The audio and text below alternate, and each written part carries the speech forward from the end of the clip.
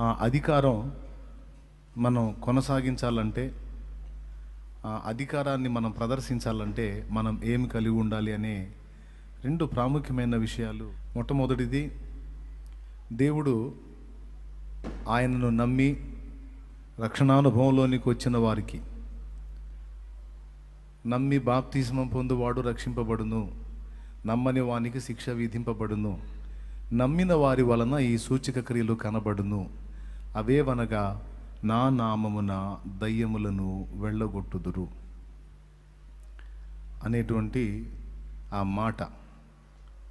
దేవుడు ఎన్నో విషయాలు ఉండగా ఫస్ట్ దయ్యాల మీద ఎందుకు అధికారం ఇచ్చాడు అనేటువంటి ఒక ప్రాముఖ్యమైన విషయం.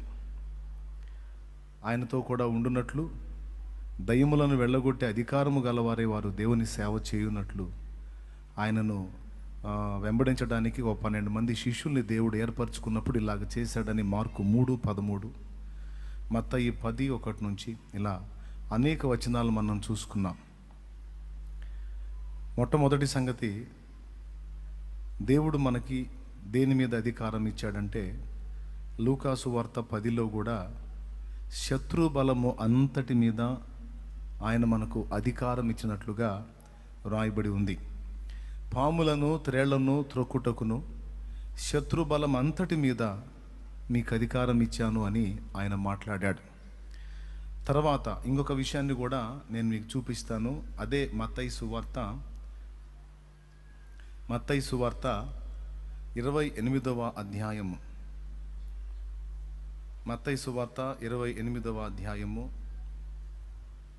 ఒకసారి బైబిల్ ఉన్న వాళ్ళంతా ఓపెన్ చేసి చూడండి. అంటే చివరి అధ్యాయం 18వ వచనం ఒకసారి చూడండి. అయితే యేసు వారి యొద్దకు వచ్చి, పరలోకమందును భూమి మీదను నాకు సర్వాధికారము ఇయ్యబడి ఉన్నది. నాకు సర్వాధికారం ఇయ్యబడి ఉన్నది. ప్రకటన గ్రంథం 1:18లో కూడా ఈ మాట చెప్తాడు. మత్తయి సువార్త 28:18లో ఏ మాట చెప్పాడో ప్రకటన గ్రంథం 1:18లో కూడా దాదాపు అలానే అనిపించే మాట అన్నాడు. చూడండి.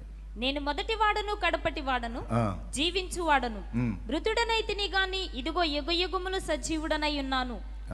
మరియు మరణము యొక్కయు పాతాళ లోకము యొక్కయు తాళపు చెవులు నా స్వాధీనములో ఉన్నవి. అది మరణము యొక్కయు పాతాళ లోకము యొక్కయు తాళపు చెవులు నా స్వాధీనంలో ఉన్నవి. తాళపు చెవి అధికారానికి గుర్తు. ఇంట్లో అత్తగారి దగ్గర తాళాలు ఉంటాయి, లేదా భర్త గారి దగ్గర, మామగారి దగ్గర. ఒకవేళ కోడలు మంచి వ్యక్తి అని సాక్ష్యం పొందితే ఆ తాళపు చెవి అత్తగారు కోడలికి ఇస్తే అర్థం ఏంటంటే, ఇక ఈ బీరువా మీద, ఇందులో ఉన్న డబ్బు మీద అధికారం నీది, ఈ మనసుకు తోచినట్టు యుక్తముగా వాటిని నీవు ఖర్చు పెట్టొచ్చు అని తాళపు చెవులు ఇవ్వటం అనేది అధికారానికి గుర్తు. అలాగా మరణము యొక్కయు పాతాళ లోకము యొక్కయు తాళపు చెవులు నా స్వాధీనంలో ఉన్నవి అన్నాడు.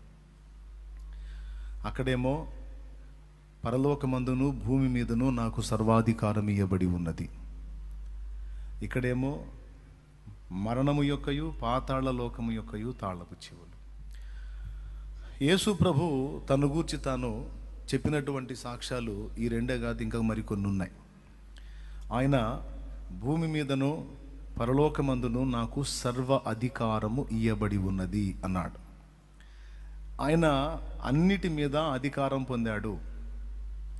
ఎక్కడెక్కడ ఆయన అధికారం పొందినట్టుంది అని మీరు చూడగలిగితే, పేతురు రాసిన మొదటి పత్రిక 3వ అధ్యాయము 21వ వచనం నుంచి, లేకపోతే 22వ వచనం మాత్రం చదవండి చాలు. ఆయన పరలోకమునకు వెళ్ళి దూతల మీదను అధికారుల మీదను అధికారుల మీదను అని ఆగల. ఇంకొక కొత్త పదం వాడాడు అక్కడ. శక్తుల మీదను అధికారము పొందిన వాడై. శక్తుల మీద అన్నది రౌండ్ కొట్టాల. దూతల మీదను అధికారుల మీదను అని మాత్రం వదలకుండా శక్తుల మీద అధికారము పొందినవాడై దేవుని కుడి పార్శ్వమున ఉన్నాడు. అది లెక్క. ఈ శక్తుల మీద అధికారం పొందిన మాట మరో పత్రికలో కూడా పరిశుద్ధాత్మ దేవుడు రాయించాడు. సరే, దాన్ని పక్కన పెడదాం. ఆయన దూతల మీద అధికారం పొందాడు, ప్రధానుల మీద అధికారం పొందాడు. ఇవి రెండు ఈ దూతలు ప్రధానులు కాకుండా శక్తులు ఉన్నాయట. ఆ శక్తులేంటో,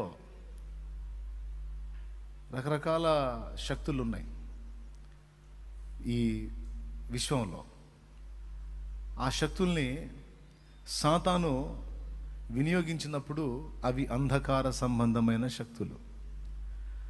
అదే శక్తుల్ని దేవుడు వినియోగించినప్పుడు అవి వెలుగు సంబంధమైన శక్తులు, దేవుని సంబంధమైన శక్తులు.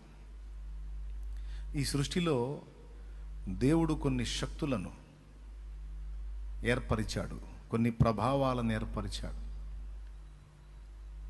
బాగా గమనించాలి. ఆ శక్తుల విషయం గురించి మాట్లాడితే, ఉదాహరణకి ఐగుప్తు దేశంలో మోషే తన చేతి కర్రను ఫరో ఎదుట విసిరినప్పుడు, అహరోను ద్వారా ఆ కర్రను పడవేసినప్పుడు ఆ కర్ర సర్పమైంది, పామయి నిలబడింది. ఇది ఒక సూచక క్రియ, అది ఒక శక్తి, ఒక ప్రభావం. ఆ మహిమను చూసినప్పుడు ఒక క్షణపాటు వాళ్ళందరూ ఆశ్చర్యపోతారు. అయితే వెంటనే ఫరో నవ్వి, ఇలాంటి క్రియలు మా వాళ్ళు కూడా చేస్తారు అని తన మాంత్రికుల వైపు చూస్తాడు.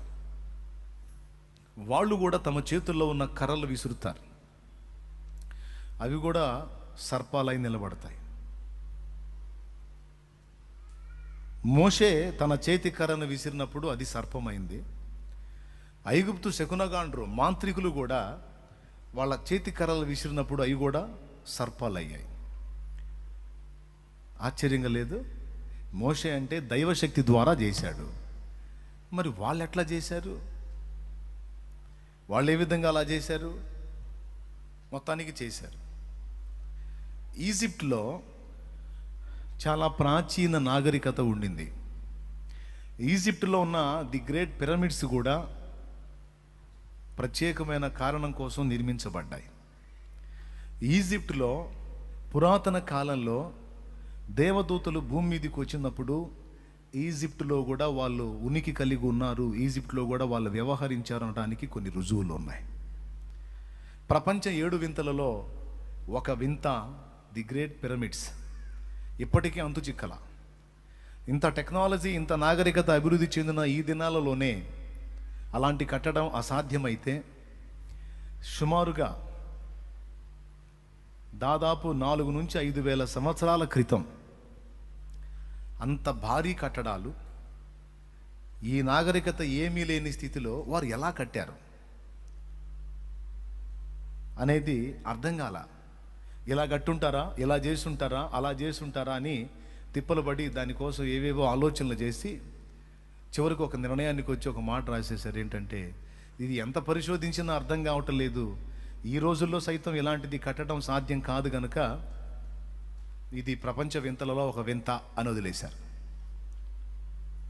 అంటే ఏంటి? ఇప్పుడు ఈ టైములో 5,000 ఏండ్లకు క్రితం కట్టినటువంటి ఆ కట్టడం 5,000 సంవత్సరాల తర్వాత ఇప్పుడు ఇంత నాగరికత అభివృద్ధి చెందిన ఈ తరుణంలో అది కట్టడం కష్టం. ఎందుకంటే భూమి నుండి దాని ఎత్తు సుమారుగా 450 అడుగుల ఎత్తు. 450 అడుగులు, 300 నుంచి ఇక పైనే. విచిత్రం ఏంటంటే అంత హైట్కి 5 టన్నుల రాయి ఎలా పోయింది? అంత ఎత్తుకి 5 టన్నుల రాయి ఎలా పోయింది అనేది వింత. ఇప్పుడున్న ఈ నవనాగరికత, ఈ టెక్నాలజీలో అంత హైట్ ఆ రాయి పోవడం సాధ్యం కాదు, కష్టం. 5 టన్నుల వెయిట్ గల రాయి మళ్ళా కరెక్ట్గా లెక్క సరిగా కట్టేశారు, మొత్తం నీట్గా. దారం చూసినా ఎటు ఏం చూసినా పర్ఫెక్ట్గా ఉంటుంది. పైగా పైన ఉన్నటువంటి నక్షత్ర రాసులలో కొన్ని రాసులకు లింక్ చేసి కట్టబడి ఉంది. పైన కనపడుతున్న నక్షత్రాలు ఉన్నాయి కదా, నక్షత్ర రాసులు. ఆ రాసులలో రకరకాల నక్షత్ర రాసులు ఉంటాయి. కొన్ని నక్షత్రాలకు అనుసంధానం చేసి కట్టబడ్డాయి అవి. వీటన్నిటిని బట్టి ఆలోచిస్తే పూర్వ దినాలలో ఈజిప్టుకి దేవదూతలు వచ్చి వెళ్ళుట అనేది ఒక సాధారణమైన వాడుకలాగా జరిగిన విషయం. ఒక దశలో మోషే కాలంలో ఈజిప్టే ప్రపంచానికి అగ్రరాజ్యంగా ఉండింది. అదిగో పైన నక్షత్రాలు, కింద పిరమిడ్స్. గమనించారా మీరు? అసలు ఆ నక్షత్రాలకి ఈ పిరమిడ్స్కి సంబంధం ఏంటి? అసలు ఎందుకు కట్టారు? గ్రహాంతర జీవులు భూమి మీదకి వచ్చినప్పుడు ఒక కోడ్గా వాటిని ఏర్పాటు చేశారని, అలా రకరకాల స్టోరీస్ దాని గురించి ఉన్నాయి. మంచి ఇంట్రెస్టింగ్ స్టోరీస్ ఉంటాయి దాని మీద. అయితే అచ్చంగా దాని గురించి మాట్లాడాలంటే మనం పరిశోధనలోకి వెళ్ళాలి. ప్రభు సెలవు అయితే మరోసారి చెప్పుకుందాం.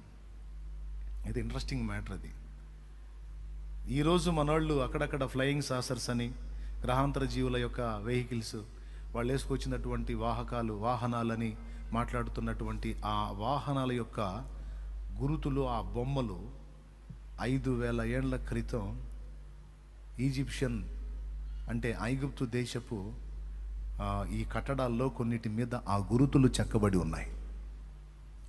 వింత. అప్పుడు వాళ్ళు ఒక డెడ్ బాడీని సిద్ధపరిస్తే ఇప్పటికి కూడా చెక్కు చెదరకుండా మమ్మీస్ అలాగే ఉన్నాయి, మృతదేహాలు. వాళ్ళు ఏమేమి పూసి, ఏమేమి రెడీ చేసి, ఎట్లా చేసి అసలు దాన్ని సిద్ధపరిచారో అర్థం కాదు.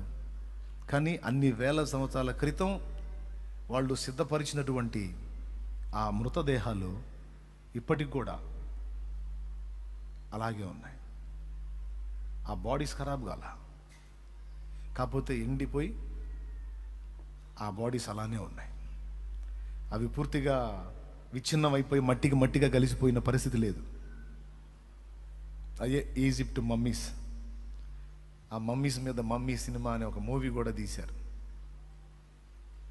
నేను మారు మనసు పొందక ముందు చూశాను అది, మమ్మీ అని.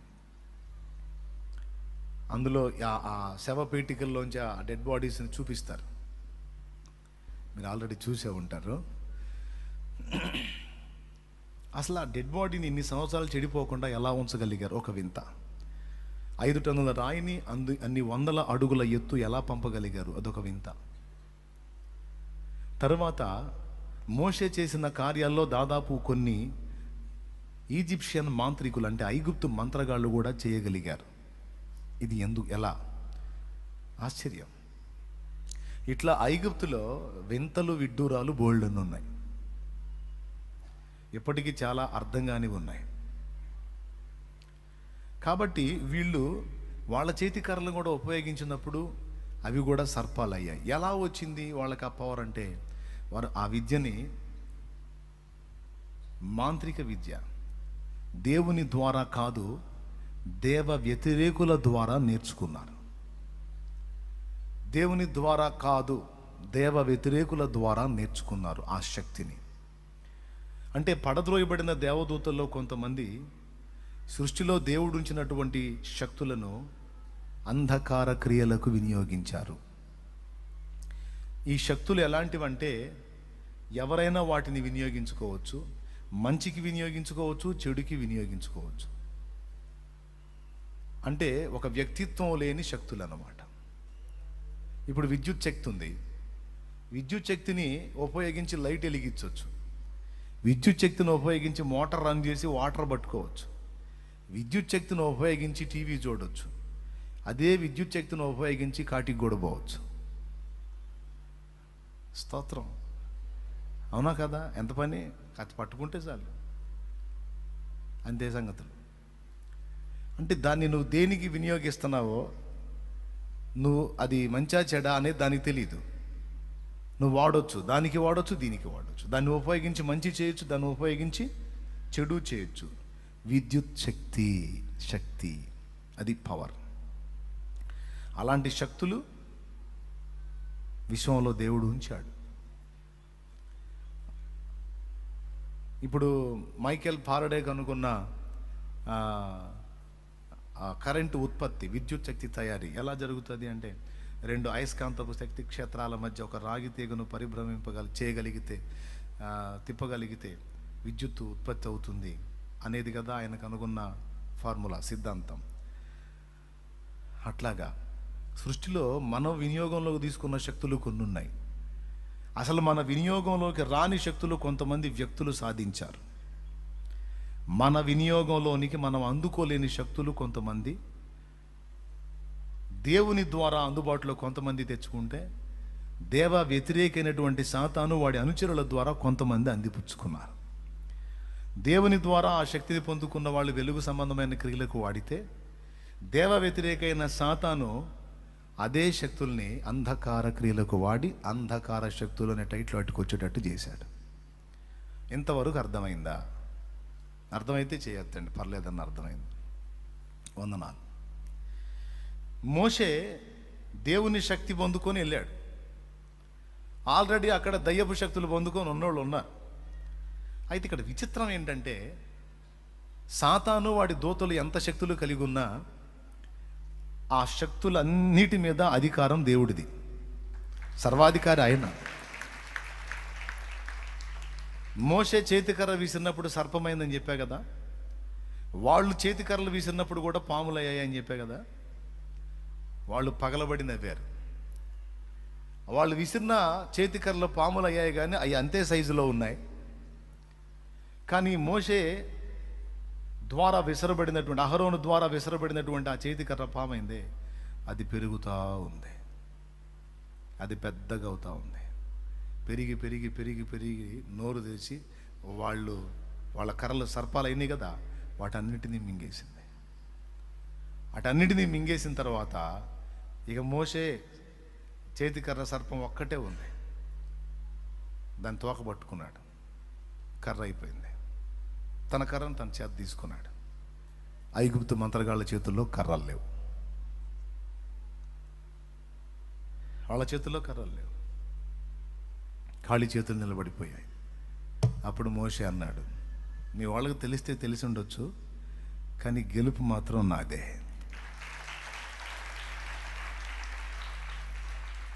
శక్తులు ఇలాంటి మానవునికి అతీతంగా అనిపించినటువంటి శక్తులు ఎన్నెన్నో విశ్వంలో దేవుడు ఉంచాడు. కొంతమంది మంత్రప్రయోగం చేసేవాళ్ళు కుండలిని యోగ, కుండలిని శక్తి అని కొన్ని చేస్తూ ఉంటారు. పరకాయ ప్రవేశం అని, ఆత్మ సంచారం అని రకరకాల విన్యాసాలు ఉన్నాయి వీటిల్లో. అదొక సబ్జెక్టు. అయితే నేను చెప్పాలనుకున్న మ్యాటర్లు ఇవేవి కాదు. నా పాయింట్కి నేను వచ్చేస్తా త్వరగా, ఎందుకంటే చాలా పెందలాడి మిమ్మల్ని వదిలేయాలనుకుంటున్నా.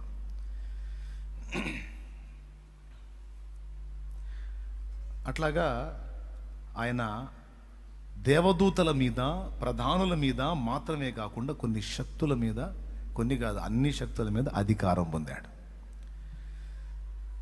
మోషే ఉపయోగించింది దైవశక్తి, ఐగుప్తు శకునగాండ్రు వినియోగించింది దయ్యపు శక్తి అని నేను ఎందుకు చెప్పానంటే, ఒక్కసారి నిర్గమాకాండం చూడండి.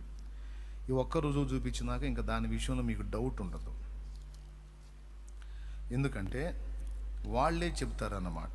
8వ అధ్యాయము 18వ వచనం నుంచి చదువు తల్లి. శకునగాండు కూడా పేలను పుట్టించవలనని తమ మంత్రముల చేత అట్లు చేసిరి గాని అది వారి వలన కాకపోయెను. పేలు మనుష్యుల మీద జంతువుల మీదను ఉండగా శకునగాండ్రు ఇది దైవ శక్తి అని ఫరోతో చెప్పిరి. అది లెక్క. ఇది దైవ శక్తి అంటే మోషే చేసిన విన్యాసాలు కొన్ని వాళ్ళు కూడా చేశారు. కానీ ఏ శక్తితో చేశారు? మోషే దగ్గర ఉంది దైవ శక్తి అని వాళ్ళు ఒప్పుకున్నారు. అంటే తమ దగ్గర ఉన్న శక్తులు మాంత్రిక విద్యలు, మంత్రశక్తులు, అవి దయ్యపు శక్తులు. ఈ దయ్యపు శక్తుల యొక్క విద్యలో 9 రకాలు ఉన్నాయి. ఆ 9 రకాలు ద్వితీయోపదేశకాండం 18:10లో రాయబడి ఉంటాయి. అగ్నిగుండము దాటించుట, సర్పశకునము, మేఘశకునము. చదువు. తన కుమారునైనను తన కుమార్తెనైనను అగ్నిగుండము దాటించు వానినైనను శకునము చెప్పు సోదిగానినైనను మేఘ శకునములను గాని సర్ప శకునములను గాని చెప్పు వానినైనను చిల్లంగి వానినైనను మాంత్రికున్నైనను ఇంద్రజాలకున్నైనను కర్ణపిశాచు నడుగు వానినైనను దయ్యముల యొద్ద విచారణ చేయు వానినైనను మీ యొద్ద నుండనీయకూడదు. అది ప్రియులారా, పరలోకం, దేవదూతలు, దేవుడు అదొక ప్రపంచం ఉన్నట్టే అంధకార సామ్రాజ్యం, దురాత్మలు, పడద్రోయబడిన దేవదూతలు, అపవిత్రాత్మలుగా, దయ్యములుగా ఉన్నటువంటి ఒక వాస్తవిక ప్రపంచం కూడా ఉంది ఉంది ఉంది. మన కంటికి కనబడనంత మాత్రాన లేదు అని అనుకోవద్దు, ఉంది, నిజంగా ఉంది. అయితే ఇప్పుడు మీకు పాయింట్ అర్థమైంది కదా.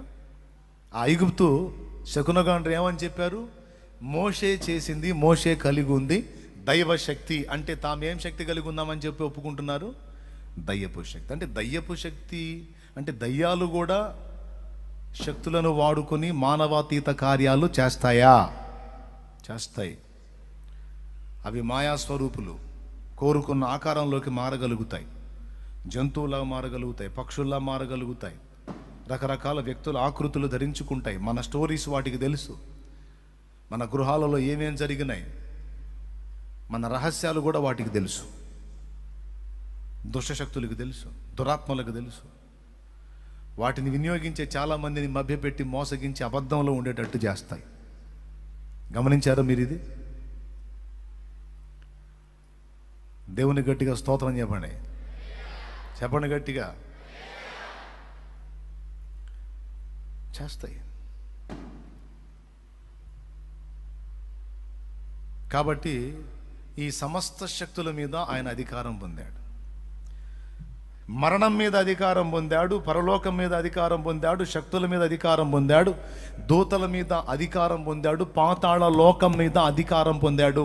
టోటల్గా ఒక మాటలో చెప్పాలంటే ఆయన తను గూర్చి తాను సర్వాధికారినని చెప్పుకున్నాడు. దేవునికి మహిమ.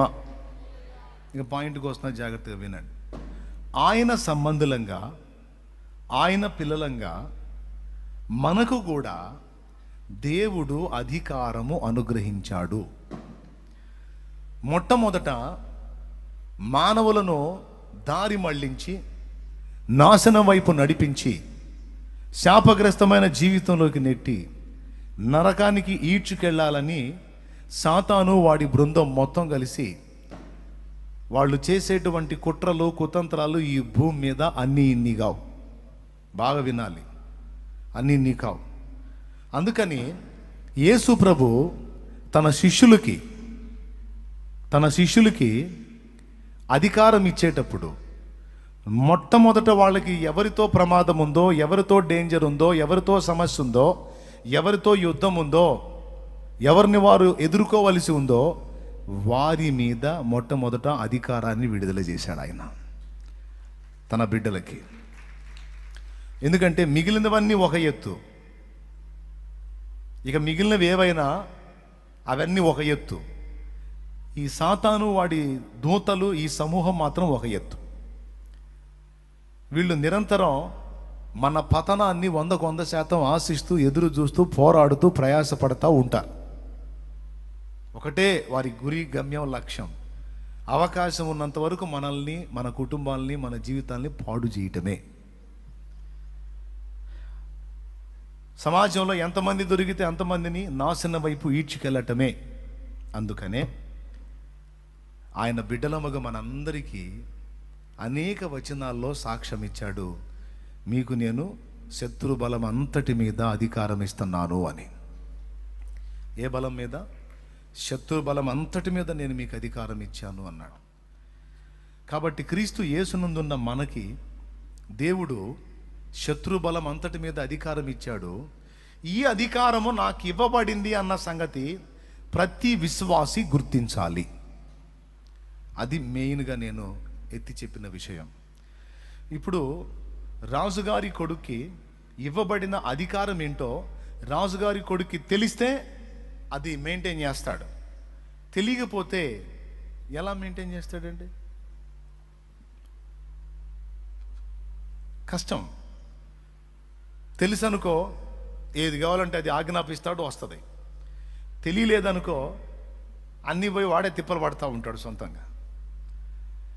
క్రీస్తు యేసునందు విశ్వాసం ఉంచి ఆయన రక్తములో శుద్ధీకరణ పొందిన మనము దేవుని పిల్లలము.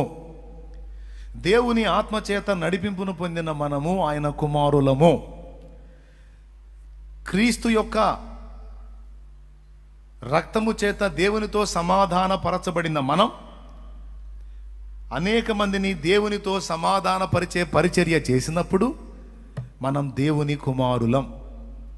మత్తయి సువార్త 5వ అధ్యాయంలో 8 ధన్యతల గురించి మాట్లాడేటప్పుడు సమాధానపరచువారు ధన్యులు, వారు దేవుని కుమారులు అనబడుదురు అన్నాడు.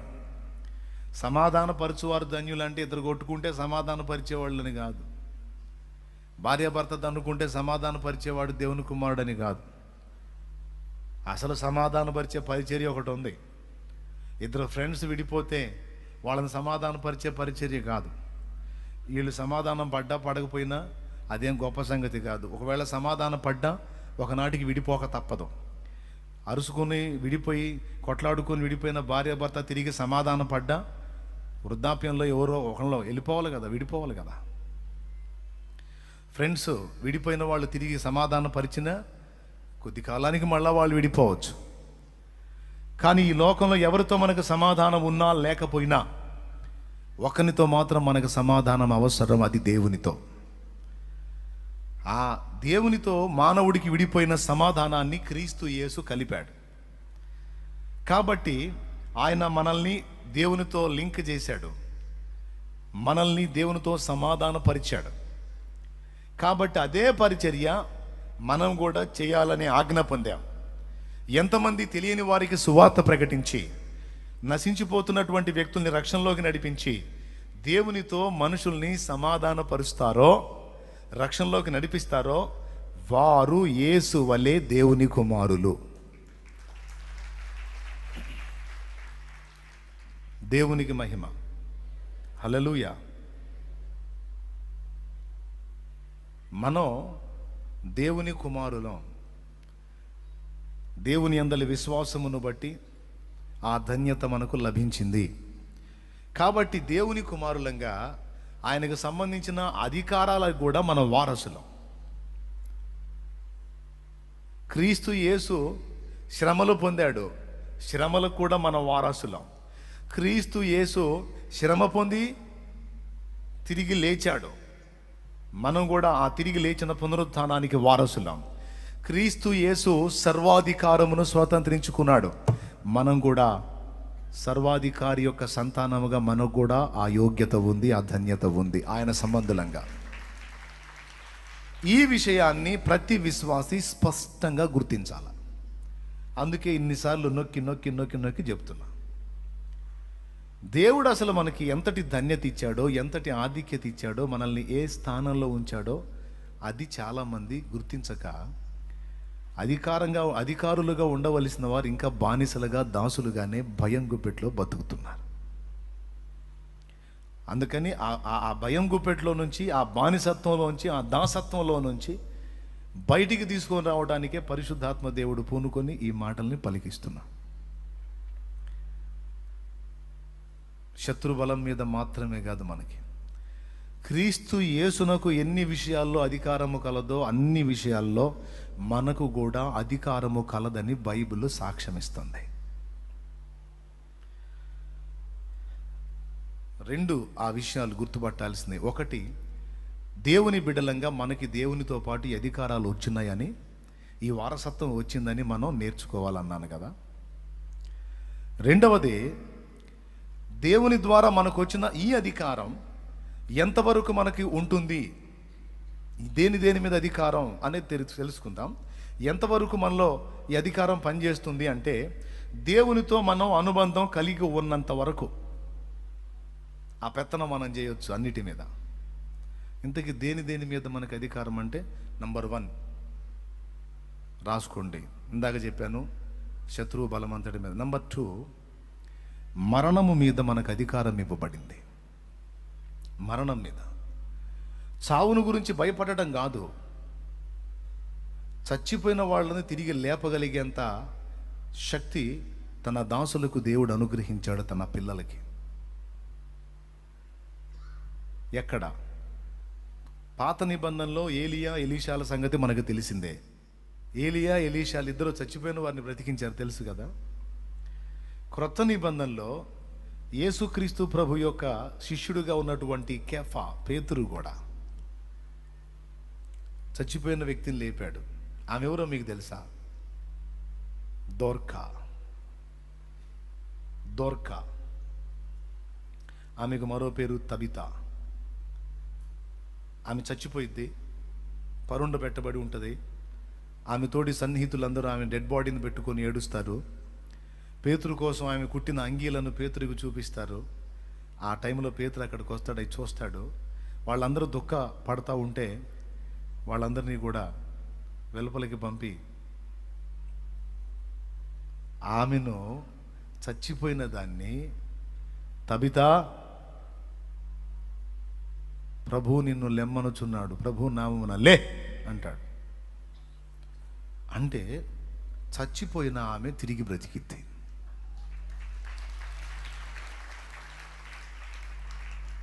తర్వాత అదే అపోస్తల కార్యము 20వ అధ్యాయంలో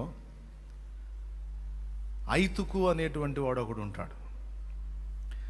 ఆ ఐతుకు అనేవాడు ఇట్లా కూటంలో ఉంటాడు. ఆ కూటంలో వాక్యం చెప్పేది ఎవరంటే పౌలు గారు. పౌలు గారు భయంకర ప్రసంగికుడు. ప్రసంగానికి మనోళ్ళు ఒక టైం పెట్టుకుంటారు, ఒక గంటన్నర అని. నిజమే, ప్రజల యొక్క వినికిడి శక్తి 40 నిమిషాల వరకు పనిచేస్తుందని ఏది గ్రహింపు శక్తి సైంటిఫిక్గా చెప్తారు. కొంతమంది వాళ్ళ యొక్క పరిపక్వతను బట్టి మరో 40 నిమిషాలు అనుకో, గంటన్నర, ఓ 10 నిమిషాలు అటు ఇటు, వారి యొక్క సామర్థ్యం. కానీ పౌలు ప్రసంగం ఎత్తుకొని పౌలు మాట్లాడటం మొదలు పెడితే ఎంత టైం అనేది కాదు, తను వెళ్ళేదాన్ని బట్టి ఆయన మాట్లాడతాడు. మరునాడు పౌలు వెళ్ళనై ఉండి ఆ రాత్రి చాలాసేపు ప్రసంగిస్తున్నాడు. Night time all night prayer జరుగుతున్నట్టుగా ఉంది అక్కడ. అందరూ ఆ మేడగది మీద ఉన్నారు, దీపాలు వెలుగుతూ ఉన్నాయి, అందరూ వింటా ఉన్నారు. ఈ ఐతుకు అనేవాడు మాత్రం కిటికీలో కూర్చున్నాడు. కిటికీలో 2వ స్టేర్లో కిటికీలో కూర్చున్నాడు. కూర్చొని పాపం ఆయన ప్రసంగం దెబ్బకి మనోడు పాపం ముందుకి వెనక్కి ఊగి ముందుకు పడితే లోపల ఉండేవాడు వెనక్కి పడ్డాడు. పడేసరికి ఉంది, ఇక తల పగిలిపోయినట్టుంది, మొత్తానికి ఏదో చచ్చిపోయాడు, కింద పడి చచ్చిపోయాడు. అందరు గొల్లున గొడవకు లేచారు. అయ్యో ఐతుకు చచ్చిపోయాడు, పైనుంచి పడ్డాడు, చచ్చిపోయాడు. కిందకి వెళ్ళి పైకి ఎత్తితే చనిపోయి ఎత్తబడ్డాడు. చేయగలిచారు, కాళ్ళు, ముక్కు, శ్వాస ఏం లేదు, అవుట్. కిటికీలో కూర్చొని నిద్రపోయేవాడు సడన్గా శాశ్వత నిద్రలోకి వెళ్ళిపోయాడు. అప్పుడు పౌలు అతని దగ్గరికి వచ్చి, మీరెవ్వరూ కంగారు పడద్దు, అతని ప్రాణం తిరిగి వస్తుంది, అతనిలో ఉంటుంది, మీరేం భయపడద్దు అని ప్రార్థన చేసి ఐతుకు లే అంటాడు. అంతే, చచ్చిపోయినోడు మళ్ళీ లేచి కూర్చుంటాడు. ఈ 2 అనుభవాలు నూతన నిబంధనలో అపోస్తలుల పరిచర్యలో జరిగినాయి. దీన్ని బట్టి మనకేమర్థమవుతుంది?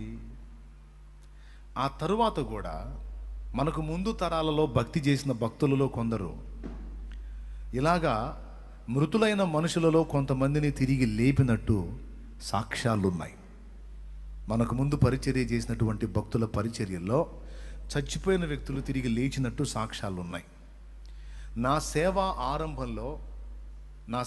ఆరంభంలో అయితే నేను ప్రార్థన చేశానని కాదు, మధ్యరాత్రి వేళ చనిపోయిన స్థితిలో ఉన్న మనిషిని తీసుకొచ్చారు, మా మధ్యలో మా కళ్ళ ముందే చచ్చిపోయింది. ఆ చనిపోయిన మనిషి కోసం ప్రార్థించినప్పుడు ఆ చనిపోయిన మనిషి తిరిగి బ్రతకటం అనేది మా సేవా జీవిత ఆరంభంలో మేము కూడా చూసాం. నాతో పాటు దానికి కొంతమంది సాక్షులు ఉన్నారు. డేవిడ్ ఉన్నాను, అదిగో అతన్నే చూసి చెప్పింది నాకు. చచ్చిపోయిన సంగతి చెప్పాడు, తిరిగి ఆమె బ్రతికిన సంగతి కూడా నాకు తెలియజేశాడు. ఏ కహానీ నీ ఏ సही बात है, అందరం కలిసి ప్రార్థన చేసి ఎలుగెత్తి మొర్ర పెట్టినప్పుడు పరిచర్య ఏర్పడిందో తొలి సంవత్సరంలో జరిగిన అద్భుతం. నేనేం ఒట్టిగా లేని చాలా కార్యాలు, దేవుని కార్యాలు చూసి వచ్చినోడిని. నేను ఇప్పటికి చూస్తానే ఉన్నాను. అసలు ఇక్కడ నేను కూర్చొని మీకు వాక్యం చెప్పడమే ఒక ప్రపంచ వింతలో 8వ వింత 9వ వింత అని చెప్పుకోవచ్చు. దేవునికి స్తోత్రం. నిజం. చూశాను మనకు ముందున్న భక్తులు ప్రార్థించినప్పుడు అలాంటి కార్యాలు దేవుడు జరిగించాడు. దీన్ని బట్టి మనకేమర్థమవుతుందంటే, మరణాన్ని గురించి మనుషులంతా భయపడతారు, కానీ ఆ మరణం మీద కూడా మనకి అధికారం ఇచ్చాడు ఆయన. ఎందుకంటే మరణం మీద ఆయన అధికారం పొందాడు కదా. ఆయన పిల్లలుగా మనకు కూడా దాని మీద అధికారం ఉంది. మరి అట్లయితే చచ్చిపోయిన వాళ్ళందరినీ మనం లేపేసేయచ్చు కదా అన్నయ్య అని ఒక ధర్మ సందేహం వచ్చింది. మీకు ఒకవేళ రాకపోయినా నేను తెప్పిస్తాలే, సమాధానం కూడా చెబుతా. దేవునికి స్తోత్రం. మరణం మీద అధికారం ఉంది అనటానికి పాత నిబంధన భక్తులు రుజువు చేశారు, క్రొత్త నిబంధన భక్తులు కూడా రుజువు చేశారు. 2, శత్రు బలం మీద అధికారం, మరణం మీద అధికారం. 3, మానవ శరీరంలో ఏర్పడే రోగముల మీద కూడా మనకు అధికారం ఇచ్చాడు దేవుడు. శరీరములో, ఎదుటివారి శరీరములో, మన శరీరములో రోగాలు వస్తాయి కదా, వాటి మీద. అది మత్తయి సువార్త 10లో రోగులను స్వస్థపరచుటకు వారికి అధికారం ఇచ్చాడు. చూడు, మత్తయి సువార్త 10వ అధ్యాయము. అపవిత్రాత్మలను వెళ్ళగొట్టుటకును, ప్రతి విధమైన రోగమును, ప్రతి విధమైన వ్యాధిని స్వస్థపరచుటకును వారికి అధికారం ఇచ్చెను. అద్దుకో, ప్రతి విధమైన రోగమును, ప్రతి విధమైన వ్యాధిని స్వస్థపరచుటకు వారికి అధికారం ఇచ్చెను. ఇది వాళ్ళకిలే, అపోస్తలులకి అంటారేమో, ఈ మాట అంటారని మళ్ళీ మార్కు సువార్తలో మళ్ళీ పలికించాడు దేవుడు ఇదే మాటని. మార్కు సువార్త 16-17. అపోస్తలులు మాత్రమే కాదు, సేవకులు మాత్రమే కాదు, యేసు ప్రభువుని నమ్మి బాప్తిస్మం పొంది ప్రభుతో కలిసి ప్రయాణం చేస్తున్న వారికెల్లరికి కూడా ఈ శక్తి లేక ఈ అధికారం ఇవ్వబడింది అని రాయబడింది. చూడు, నమ్మిన వారి వలన ఈ సూచక్రియలు కనబడును. ఇప్పుడు నేను సేవకుణ్ణి, అమ్మ వినరా తల్లి, నేను సేవకుణ్ణి, నేను ఒక్కడనే నమ్మానా? మీరు నమ్మలేదా? మీలో నమ్మి బాప్తిసం పొందిన వాళ్ళు చేతులు ఎత్తండి. యేసు ప్రభుని నేను ఒక్కడనే నమ్మానా? మీరు కూడా నమ్మారా? ఆ నమ్మి బాప్తిసం పొందిన వాళ్ళందరూ సరిగ్గా చేతులు చూపించండి. ఎంతమంది అయితే నమ్మి బాప్తిస్మం పొంది దేవుని సంబంధులు అయ్యారో మీరందరూ నమ్మిన వారి లెక్కలోకి వచ్చారు. నమ్మిన వారి వల్ల ఈ సూచక్రియలు, నమ్మిన వారి వల్ల ఈ సూచక్రియలు ఒక వర్గానికే, కొంతమందికే అన్నట్టుగా కాకుండా ఎవరెవరికి దేవుని యందలి విశ్వాసం ఉందో, ఆయనను ఎంతమంది నమ్మున్నారో, రక్షణలోకి వచ్చున్నారో, ప్రభువుని అనుసరిస్తున్నారో వారికెల్లరికి కూడా ఈ విషయంలో అవకాశాలు ఉన్నాయి. Praise the Lord. ఒక్క మాట నాకు మీరు చెప్పండి, నిజం చెప్పండి. నేను మీకోసం ప్రార్థన చేసినప్పుడు మీకు తగ్గటం అటుంచి, మీ కుటుంబీకులకు కానీ మీ ఇరుగు పొరుగులకు కానీ బలహీనతలో ఉన్న వారికి మీరు ప్రార్థన చేసినప్పుడు తగ్గిన సాక్ష్యాలు ఏమన్నా ఉన్నాయా? అన్న, నేను ప్రార్థన చేసినప్పుడు ఫలానా వాళ్ళకి ఇలా తగ్గింది అనే సాక్ష్యం చెప్పగలరా? ఎంతమంది చెప్తారు? ఫలానా వ్యక్తికి బాగలేకపోయినప్పుడు, బాగా ఇబ్బందులు ఉన్నప్పుడు, ఆ వ్యక్తి బాధను చూడలేక నేను కన్నీరు విడిచి ప్రార్థన చేసి స్వస్థపరచమన్నప్పుడు అద్భుతమైన రీతిలో ఆ వ్యక్తిని దేవుడు ముట్టి బాగు చేసిన అనుభవాలు నా జీవితంలో ఉన్నాయి అన్నోళ్ళు చేయొద్దండి. సరిగ్గా చేయొత్తాలి, సగం సగం. ఎంతమంది చేతులు లేచినాయో చూడండి. ఇప్పుడు నాకు ఒక ఆన్సర్ చేయండి మీరు. అదేంది, మీరు ప్రార్థన చేస్తే తగ్గటం ఏంది? సేవకుడుగా నేను ప్రార్థన చేస్తే కదా తగ్గాలి. మీరు ప్రార్థన చేస్తే తగ్గటం ఏంటి? మీరు విజ్ఞాపన చేస్తే వాళ్ళకి జవాబు రావటం ఏంటి? కొన్ని విచిత్రమైన విషయాలు. కొన్నిసార్లు మన కోసం మనం ప్రార్థన చేసుకుంటే కార్యం జరగదు, ఎదుటి వాళ్ళ సమస్య కోసం మనం ప్రార్థన చేస్తే ఒక్క పెట్టుని వెళ్ళిపోద్ది అది. అలాంటి అనుభవాలు ఉన్నాయా? విచిత్రం. వాళ్ళ సమస్య కోసం నువ్వు ప్రార్థించినప్పుడు వాళ్ళ పరిష్కారం వెంటనే వచ్చింది, నీ కోసం నువ్వు చేసుకుంటే రా. ఇదొక కోటి వరహాల ప్రశ్న. ఏందో నాన్నయ్య, నేను ఎదుటి వాళ్ళ కోసం చెప్తే వెంటనే అయిపోయింది, నా కోసం మొత్తుకున్నా కావట్లేదు. నిజమే, అలాంటి అనుభవాలు కూడా ఉన్నాయి. చెప్తా, దానికి కూడా కారణం చెప్తా. రోగముల మీద మనకు అధికారం ఇచ్చినట్టు మార్కు సువార్త చదువు తల్లి 16-17. నమ్మిన వారి వలన ఈ సూచక్రియలు కనబడును. ఏవనగా నా నామమున దయ్యములను వెళ్ళగొట్టుదురు, క్రొత్త భాషలు మాట్లాడుదురు, పాములను ఎత్తి పట్టుకొందురు, మరణకరమైన ఏది త్రాగినను అది వారికి హాని చేయదు, రోగుల మీద చేతులుంచినప్పుడు వారు స్వస్థత నొందుదురని వారితో చెప్పెను. అద్దుగో, ఒక వింతైన మాట చెప్పనా? కొంతమందికి నెత్తి మీద చేయబెడితే తృప్తి ఉండదు. కొంతమందికి అట్లా నెత్తి మీద చేయబెడితే తృప్తి ఉండదు. నెత్తి మీద చేయబెట్టి నెత్తి మీద చేయబెట్టి ప్రభువా దీవించు, ఆశీర్వదించు, స్వస్థపరచు ఈ తలకాయని పట్టుకుని ఓపాల, నెత్తి మీద పెట్టి పటా పటా పటా కొట్టాల. ఎంత కొట్టి ఎన్నిసార్లు తలకాయ నొప్పితే ఎంత బాగా ప్రార్థన చేసాడు అనుకున్నావు అసలు నాకు అంట. ఊరక లే ప్రభా ఈ బిడ్డను దీవించు నాయన, ఈ బిడ్డను దర్శించాను, చేయి ఉంచి తీశాను. ఏందోనమ్మా ఊరకట్ట చేయి పెట్టాడు ఏందో అంట. అక్కడ ఏం చెప్పాడో తెలుసా? మీరు రోగుల మీద చేతులుంచి ప్రార్థించినప్పుడు అనలా, మీరు చేతులుంచినప్పుడు స్వస్థత నొందేదరు అన్నాడు. జస్ట్ నువ్వు టచ్ చేయి అంతే, విడుదల వచ్చేస్తుంది అన్న అనే ఉంది. అక్కడ ఇంకేమైనా ఉందా? అక్కడ ఏమి రాసింది చూడండి. మీరు రోగుల మీద చేతులు ఉంచినప్పుడు వారు స్వస్థత నొందుతారు, విడుదల వచ్చేస్తుంది వాళ్ళకి. యేసయ్య వస్త్రపు చెంగు మాత్రం ముడితే బాగుపడలే. చిన్నవాడా నిన్ను లెమ్మనుచున్నానని ఒక మాట పలికితే నాయన విధవరాలు కుమారుడు చచ్చినోడు దిగ్గును లేవలా? అక్కడ ప్రభు నిలబడి తండ్రి అన్నాడా? ఏం లేదు, నడుస్తా పాడిని ముట్టాడు, పాడిని దించారు. చిన్నవాడా లే, నిన్ను లెమ్మనుచున్నానని లేపి తల్లికి ఇచ్చిపోయాడు. వారు తాకినప్పుడు, వారు పలికినప్పుడు అద్భుతాలు జరిగినాయి. అందుకే చాలామంది జస్ట్ నేను చేయి ఉంచే కదా, పర్వాలేదు, దేవుని చిత్తమే, దేవుడు స్వస్థపరచాడు, పో ప్రశాంతంగా బాగుంటే అదన్నా గట్టిగా ప్రార్థన చేయి, గట్టిగా ప్రార్థన చేయంటే ఇక నేను ఇప్పుడు దాకా ప్రసంగం చేసి మళ్ళా నెత్తి మీద చేయి పెట్టి ప్రభువా స్తోత్రం దీవించు అని ఈ కేకలు వేసి ఎంత అరిస్తే అంత బాగా ప్రార్థన చేసినట్టు. ఒకసారి ఒక పాస్టర్ గారు ఎవరు మౌనంగా ప్రార్థన చేశారంట. విశ్వాసం నా దగ్గరికి వచ్చి ఆయనేందని అసలు ఏం మాట్లాడలేదు, ఊరకట్ట చేయి నెత్తి మీద ఉంచి అట్ట తీసేస్తున్నాడు. అదేంటంటే నేను లోపల ప్రార్థన చేసేయాలి అంటున్నాడు. లేఖనం ఏం చెప్తుంది? మీరు తాకినప్పుడు, మీరు రోగుల మీద చేతులు ఉంచినప్పుడు వారు స్వస్థతను పొందేదరు.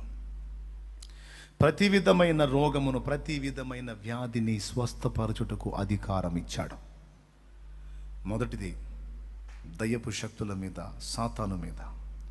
2 మరణం మీద. 3 రోగముల మీద. 4 ప్రకృతి మీద అధికారం ఇచ్చాడు ఆయన. ప్రకృతి మీద అధికారం ఇచ్చాడు. తెలుసా మీకు అసలు ఆ సంగతి? ఆయన దోణిలో ప్రయాణం చేస్తున్నప్పుడు గాలి తుఫాన్ రేగి దోణి మీద కొట్టినప్పుడు శిష్యులు భయపడి ప్రభువా మేము నశించుచున్నాము, నీకు చింత లేదా అన్నప్పుడు ప్రభువు లేచి సముద్రాన్ని గాలిని గద్దించినప్పుడు గాలి ఆగిపోయింది, సముద్రం నిమ్మళించింది అని రాస్తుంది కదా. అంటే ప్రకృతిలో ఉన్నటువంటి పంచభూతాలు ఏవైతే ఉన్నాయో, గాలి, నీరు, నిప్పు, భూమి, ఆకాశం, ఈ 5 మీద కూడా తన బిడ్డల మగు మనకు అధికారం ఇచ్చాడు. ఒక రకంగా చెప్పాలంటే ఈ 5 ఆయన దూతలు. ఈ 5 ఆయన దూతలు తెలుసా మీకు? ఆకాశం ఒక దూత, భూమి ఒక దూత, నీరు ఒక దూత, అగ్ని ఒక దూత, వాయువు ఒక దూత. ఈ పంచభూతాలు 5 కూడా దేవునికి 5 దూతలే. భూమి వినగలిగిద్ది, ఆకాశం ఆలకించగలిగిద్ది. తెలుసా మీకు ఈ సంగతి? భూమి మొర్ర పెట్టగలిగిద్ది, ఆకాశము దేవునికి ప్రతిస్పందించిద్ది. దూతలు అగ్ని దేవునితో మాట్లాడిద్ది, అగ్ని దేవుని స్వరాన్ని వింటది, జలములు దేవుని స్వరాన్ని వింటాయి, పంచభూతాలు వింటాయండి. లేఖనంలో ఉంది ఆధారం. ఆకాశమా ఆలకించుమా, ఆకాశమా ఆలకించుము, ఓ భూమి చెవియొక్కుము. ఆకాశానికి చెవులు ఉన్నాయా? ఉన్నాయా? చెవులు లేకపోతే మరి దేవుడి చెవితో ఎలా వింటది? భూమి నీ చెవి యొగ్గు అంటే భూమికి చెవి లేకపోతే నీ చెవి యొగ్గని ఎందుకన్నాడు? యెషయా గ్రంథం 1వ అధ్యాయం 1వ వచనంలో ఉందా లేదా? చెవి అనేది భూమికి లేనప్పుడు ఓ భూమి నీ చెవి యొగ్గు అని దేవుడు మాట్లాడితే హాస్యాస్పదం కాదా? దీన్ని బట్టి ఏమర్థమవుతుంది? భూమికి వినగలిగే శక్తి ఉంది, భూమికి నోరు ఉంది. నీ తమ్ముడైన హేబేలు రక్తమో నీ చేతిలో నుండి పుచ్చుకోవటానికి తన నోరు తెరచిన ఈ భూమి మీద నీవు నిలవరంగా ఉండకుండా దేశ దిమ్మరివై తిరుగుతావు అని కయ్యూనుని ఆయన శపించినప్పుడు భూమిని గురించి ఏం మాట్లాడాడు? తన నోరు తెరిచింది అన్నాడు. సొదొమ గొమొర్రాలను గూర్చిన మొర్ర గొప్పది గనుక నా యొద్దకు వచ్చిన ఆ మొర్ర చొప్పున వారు సంపూర్ణంగా జరిగించరో లేదో నేను దిగిపోయి చూచెదను అన్నాడు. ఎవరు పెట్టారు సొదొమ గొమొర్రాలను గురించిన మొర్ర? ఒక్కసారి ఊహించండి మీరు. ప్రకృతి దేవునితో మాట్లాడింది. జలములు మాట్లాడతాయి, జలములు దేవుని స్వరాన్ని వింటాయి. ప్రకటన గ్రంథం జలముల దేవదూత అంటాడు. చూడండి ఒక్కసారి. ప్రకటన గ్రంథం 16వ అధ్యాయము 6వ వచనం. చదువు 6వ వచనం. అవును. దీనికి వారు పాత్రులే, నీవు ఇలాగు తీర్పు తీర్చితివి గనుక నీవు న్యాయవంతుడువని జలముల దేవదూత చెప్పగా వింటిని. జలముల దేవదూతట. ఈ జలముల దేవదూత ఎవరు అంటే జలములకు ఒక దేవదూత, జలములు ఒక దేవదూత, అగ్ని ఒక దేవదూత, ఆకాశం ఒక దూత, అందుకే ఆలకించమన్నాడు. భూమి ఒక దూత, అందుకే చెవొగ్గమన్నాడు.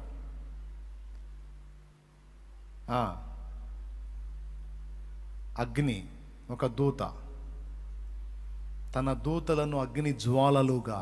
104వ కీర్తన 4వ వచనం చదువు.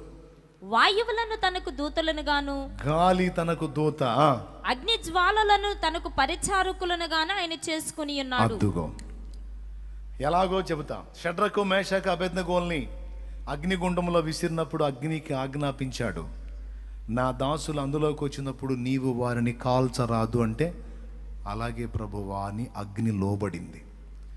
వాళ్ళని విసిరిన వారిని కాల్చడానికి అనుమతి ఇచ్చాడు. వాళ్ళని పట్టి విసిరిన వాళ్ళని కాల్చేసింది.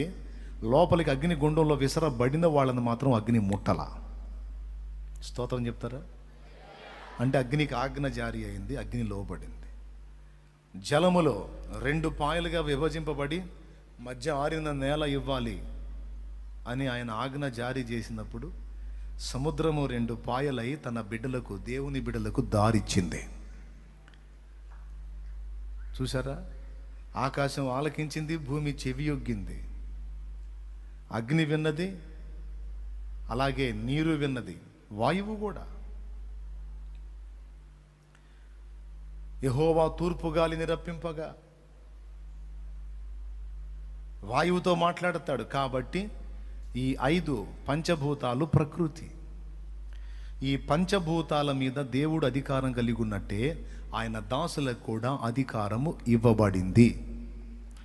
ఇవ్వబడింది కనుకనే ఏలియా ప్రార్థించినప్పుడు, ఏలియా అధికారికంగా శాసించినప్పుడు భూమి వర్షించటం మానేసింది. ఏలియా మళ్ళా దేవునికి వేడుకొని మళ్ళా ఆజ్ఞ రిలీజ్ చేసినప్పుడు మళ్ళా వర్షం పట్టడం మొదలుపెట్టింది. అవునా కాదా? నోరు తెరిచి చెబితే మీకు ఒక నమస్కారం చేసుకుంటా. దేవునికి స్తోత్రం కలుగునుగాక. హల్లెలూయా. నీరు ఎలీషా కాలంలో ఊరు మంచిదే గాని ఊటలన్నీ చెడిపోయేనే, ఊరు మంచిదే గాని ఊటలల్ని ఉప్పు వేసిన వెంటనే ఊట క్షయతానొందనే. ఉప్పు వేసిన వెంటనే ఊట అక్షయతానొందనే. ఊహలు నాదూటలు నా యేసు రాజా నీలోనే ఉన్నవి. ఊహలు నాదూటలు నా యేసు రాజా నీలోనే ఉన్నవి. ఊహ కందవే నీదు ఆశ్చర్యక్రియలు. ఊహ కందవే నీదు ఆశ్చర్యక్రియలు. ఊహలు నాదూటలు. చేదు నీళ్లు త్రాగటానికి పనికిరావు, పంటకు పొలాలకు పనికిరావు. నీళ్లు ఉన్నాయి, మంచి ఊటలు ఉన్నాయి, కానీ తాగేదానికి కానీ పశువులకు కానీ మనుషులకు కానీ పంటలకు కానీ పనికిరావు. క్రొత్త కుండలో ఉప్పు వేసుకుని నా యొద్దకు తెమ్మన్నాడు ఎలీషా. తెచ్చి ఆయన అక్కడ వేసినప్పుడు, ఆ ఊటలో వేసినప్పుడు ఆ నీళ్లు మధురములాయను. మారా అనే ప్రదేశానికి ఇశ్రాయేలు యాత్రలో వచ్చినప్పుడు అక్కడి నీళ్లు చేదు. మారా అనగా చేదు. నీళ్ళు ఉన్నాయి కదా అని తాగేదానికి ఇశ్రాయేలు జనాంగం వెళ్తే ఆ నీళ్ళు అట్లా దోషులతో కొంచెం పుచ్చుకోగానే కటిక చేదులు. మోషే భక్తులతో చెప్పారు, అయ్యా నీళ్ళు ఉన్నాయి కానీ ఇవన్నీ చేదు, మారా. అప్పుడు మోషే ప్రార్థన చేసినప్పుడు ఏమేశాడు? అందులో ఏమేశాడు? మందు కలిపాడా? ఆకులు వేసాడా? ఏమేశాడు? కొమ్మ ఒకటి, చెట్టు కొమ్మ ఒకటి నరికి ఆ నీళ్ళలో వేసినప్పుడు ఆ నీళ్ళన్నీ మధురములైపోయాయి. దేవునికి స్తోత్రం కలుగునుగాక. అంటే దేవుని దాసులు ఏదైనా ఒక కార్యము ప్రకృతి విషయంలో చేయాలనుకున్నప్పుడు ప్రకృతి సహకరించింది. నీళ్ల మీద ప్రభువు నడిచాడు, నీళ్లు లోబడ్డాయి. పేతురు నడిచినప్పుడు కూడా నీళ్లు ఒప్పుకున్నాయి. పేతురు నడిచినప్పుడు కూడా ఒప్పుకున్నాయి. సో దీన్ని బట్టి ఏమర్థమవుతుందంటే మనకి ప్రకృతి మీద కూడా అధికారం ఇవ్వబడింది. ఇప్పటికి ఎన్ని చెప్పాను? 5వది, పరిస్థితుల మీద కూడా మనకు అధికారం ఇవ్వబడింది. ఇది కీలకమైనది, గుర్తుపెట్టుకోండి. ఒకని పరిస్థితిని శాపగ్రస్తంగా మార్చొచ్చు, ఒకని పరిస్థితిని ఆశీర్వాదకరంగా కూడా మనం మార్చొచ్చు. మన నోట నుండి మనం రిలీజ్ చేసేటువంటి వాక్కు యొక్క శక్తి ఎలాంటిదో తెలుసా? శాపగ్రస్తుడు దీవెనకరమైన పాత్రగా మార్చబడగలిగే విధంగా ఉంటుంది. దీవించబడిన స్థితిలో ఉన్నవాడు శపించబడిన అనుభవాల్లోకి వెళ్ళే పరిస్థితి కూడా ఉంటుంది. ఆ పవర్ మన వాక్కుకి ఇచ్చాడు. చూసేవాడి కళ్ళు గుడ్డి అయిపోయే శక్తి ఉంది, కళ్ళు లేని గుడ్డివాడు చూడగలిగేటట్టు చేయగల శక్తి మన వాక్కుకు దేవుడిచ్చాడు. దరిద్రుడు సంపన్నుడయ్యే రీతిని ఆశీర్వదించే శక్తి మనకి ఇచ్చాడు. సంపన్నుడు దరిద్రుడయ్యే స్థితికి తీసుకొచ్చే విధంగా కూడా మనకు వాక్కునిచ్చాడు, ఆ శక్తిని ఇచ్చాడు. పరిస్థితుల మీద దైవజనుడి భార్య దైవజనుడు నిద్రిస్తే పిల్లల్ని పెట్టుకొని ఇబ్బందులు పడి అప్పుల పాలై ఉంటుంది. ఎలీషాకు చెప్పుద్దయ్యా, నేను ఇలా ఫలానా ఆయన భార్యని అప్పుల పాలు అయిపోయాం, అప్పులోళ్ళు వచ్చి గొడవ చేస్తున్నారు, నా పరిస్థితి ఏం బాగలేదయ్యా, పిల్లలు నేను అల్లాడుతున్నాం, అప్పుల్లో మునిగిపోయాం అని చెప్పుద్ది. అప్పుడు ఎలీషా ఏం చెబుతాడండి? ఇంటిలోనికి వెళ్ళి తలుపు వేసి నీ ఇంట్లో ఏమేమి పాత్రలు ఉన్నాయో పాత్రలనే తెచ్చుకోమంటాడు. నీ ఇంట్లో ఏముంది అని అడుగుతాడు ఫస్ట్. చూడండి ఒకసారి ఆ అంశం చదవండి, భలే ఉంటుంది. రాజుల రెండవ గ్రంథము చూడండి. అంతటా ప్రవక్తల శిష్యుల్లో ఒకని భార్య, నీ దాసుడునైన నా పెనిమిటి చనిపోయెను, అతడు యెహోవాయందు భక్తి గలవాడై ఉండినని నీకు తెలిసే ఉన్నది. ఇప్పుడు అప్పులవాడు నా 2 కుమారులు తనకు దాసులుగా ఉండటకే వారిని పట్టుకొని పోవుటకు వచ్చి ఉన్నాడని ఎలీషాకు మొరపెట్టగా, ఎలీషా, నా వల్ల నీకేమి కావలెనో, నీ ఇంటిలో ఏమి ఉన్నదో అది నాకు తెలియజెప్పుమనెను. అందుకామె, నీ దాసురాలైన నా ఇంటిలో నూనె కుండ ఒకటి ఉన్నది, అది తప్ప మరేమీ లేదనెను. అది లెక్క. ఏముందమ్మా నీ దగ్గర, ఏముంది చెప్పు అన్నాడు. నూనె కుండ ఒకటి ఉందయ్యా, ఇంకేం లేదంది. చూడండి, అప్పుల పాలై ఉంది, బీదరాలు, దైవజనుడి భార్య, పిల్లల్ని బానిసలుగా తీసుకొని పోవడానికి వాడు వచ్చాడు, అప్పించినాడు. అది ఆమె దీన పరిస్థితి. నీ దగ్గర ఏముందమ్మా అన్నాడు. నూనె కుండ ఒకటి ఉందయ్యా అంది. చూడేం చేశాడు, చదువు. అతడు, నీవు బయటికి పోయి నీ ఇరుగు పొరుగు వారందరి యొద్ద దొరకగలిగిన వట్టి పాత్రలన్నిటినీ ఎరవు పుచ్చుకొనుము. చూసావా, నీ ఇరుగు పొరుగు ఇళ్ళకి పోయి ఎన్ని పాత్రలు దొరికితే ఖాళీ పాత్రలు అన్నీ తెచ్చుకో, నీ ఇంట్లో పెట్టేయమన్నాడు. చదువు. అప్పుడు నీవు నీ ఇంటిలోనికి వచ్చి నీవును నీ కుమారులను లోపల నుండి తలుపు మూసి ఆ పాత్రలన్నిట్లో నూనె పోసి నిండినవి ఒక తట్టున ఉంచమని ఆమెతో సెలవీయగా, ఆమె అతని యొద్ద నుండి పోయి తానును కుమారులను లోపల నుండి తలుపు మూసి కుమారులు తెచ్చిన పాత్రలో నూనె పోసెను. పాత్రలన్నీ నిండిన తరువాత ఇంకా పాత్రలు తెమ్మని ఆమె తన కుమారునితో చెప్పగా, వాడు మరేమీ లేవని చెప్పాను. చూడండి, నాకు తెలిసి దైవజనుడు ఆఫర్ ఇచ్చేశాడు. ఎన్ని పాత్రలు నువ్వు తెచ్చుకోగలవు అన్ని తెచ్చేసుకోమన్నాడు. వెళ్ళింది. దేవుణ్ణి ఎరిగిన మనిషి. మనమైతే అడ్డ ప్రశ్నలు వేసుకుంటూ కూర్చుంటాం. పాత్రలు దేనికండి? ఒక కుండేనండి, నూనె కుండ ఉంది, ఇంకా వేరే కుండలు ఎందుకండి, వేరే పాత్రలు ఎందుకండి? అటు కాదండి, ఏదన్నా మీరు సాయం చేయాలండి, ఏదన్నా డబ్బులు సాయం కానీ ఏదన్నా సాయం చేసి అప్పులకి ఏదన్నా లైన్ చేయాలండి అని ఈ డైలాగులు వేసుకుంటూ కూర్చునేవాళ్ళం. ఆమె షార్పు, దైవజనుడి భార్య. పో, ఎంతమంది దగ్గర పాత్రలు దొరుకుతాయి మొత్తం తెచ్చుకుని, నాకు తెలిసి ఇంటి నిండా పేర్చినట్టున్నారు పాత్రలు. లోపలికి నీ కుమారులతో కూడా నువ్వు వెళ్ళి తలుపు వేసి ఆ నూనె ఉన్న కుండ తీసుకొని పాత్రలన్నీ నింపుకోమన్నాడు. ఒక కుండలో నూనె ఇంకో కుండకు పట్టుతుంది, సరిపోతుంది. పాత్రలన్నీ ఎట్ట నిండుతాయి అనలా. మనమైతే ఖచ్చితంగా అడుగుతాం. డౌట్లు ఎక్కువ కదా మనకి, పరిశోధన ఎక్కువ, డౌట్లు ఎక్కువ, అనుమానాలు ఎక్కువ, అడుగుతాం. అడగలా, పాత్రలన్నీ తెప్పించింది. ఇక ఆ కుండ తీసుకొని వంచింది నూనెని ఆ పాత్రలోకి.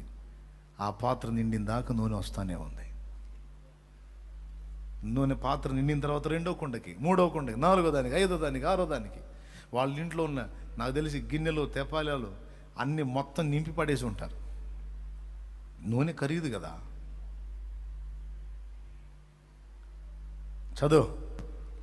అన్ని ఫుల్ అయిపోయినాయి. పాత్రలన్నీ నిండిన తరువాత కొడుకు చెబుతున్నాడు, రే ఎక్కడున్నా, రే పెద్దోడా, పోరా, ఇంకా పోరా. అమ్మా, ఈ బజార్ మొత్తం కుండలని తెచ్చా, ఇంకా తేటానికి లేదు, అందరి దగ్గర ఉన్నాయని తెచ్చాను. చదువు. పాత్రలన్నీ నిండిన తరువాత ఇంకా పాత్రలు తెమ్మని ఆమె తన కుమారునితో చెప్పగా, వాడు మరేమీ లేవని చెప్పెను. అంతలో నూనె నిలిచిపోయెను. చూడండి, అవన్నీ నిండిన దాకా ఓట వచ్చినట్టు ఆ కుండలో నుండి నూనె వస్తానే ఉంది. తరిగిపోని దీవెన, అయిపోని ఆశీర్వాదం. ఇక చాలు అని నువ్వు చెప్పేంత వరకు వస్తానే ఉంటుంది. అది అంతే. ఇక చాలు అన్నదాకా వస్తానే ఉంటుంది. తర్వాత చదువు.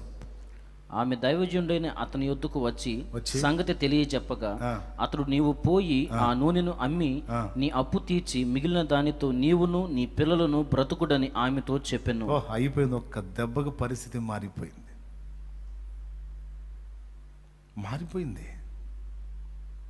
ఎంత వింత.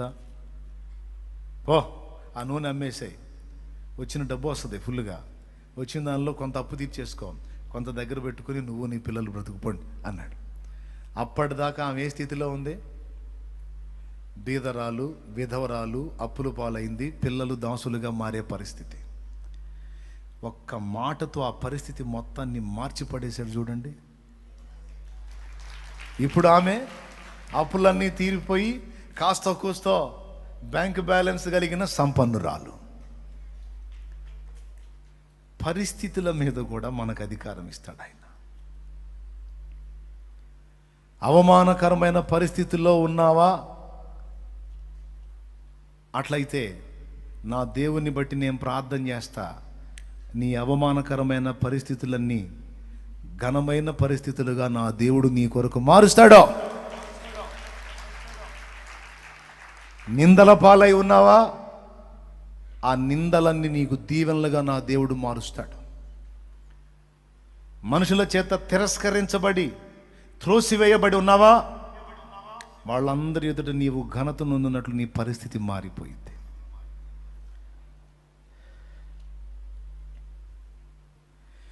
నీ దుఃఖమును సంతోషముగా మార్చెదనోయని ఓదార్చితివి. నీ దుఃఖమును సంతోషముగా మార్చెదనోయని ఓదార్చితివి. అవమానాలన్నీ శాశ్వత ఘనతగా, అవమానాలన్నీ శాశ్వత ఘనతగా చేసేదనని నన్ను ధైర్యపరచితివి. చేసేదనని నన్ను ధైర్యపరచితివి. జయమైతివి, విజయమైతివి, నా జయ ధ్వజమైతివి. యేసయ్యా, నా యేసయ్యా, యేసయ్యా, నా యేసయ్యా, యేసయ్యా, నా యేసయ్యా, యేసయ్యా, నా యేసయ్యా. దేవునికి మహిమ. మారుస్తాడు. మార్చడానికి నీకు అధికారం ఇచ్చాడు ఆయన. నీవు నోటితో విడుదల చేసేటువంటి వాక్కులో ఆ ప్రభావం ఉంచాడు ఆయన.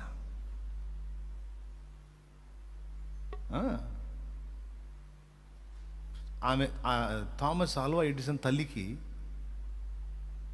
ఆ ప్రభావాన్ని దేవుడు ఇచ్చాడు.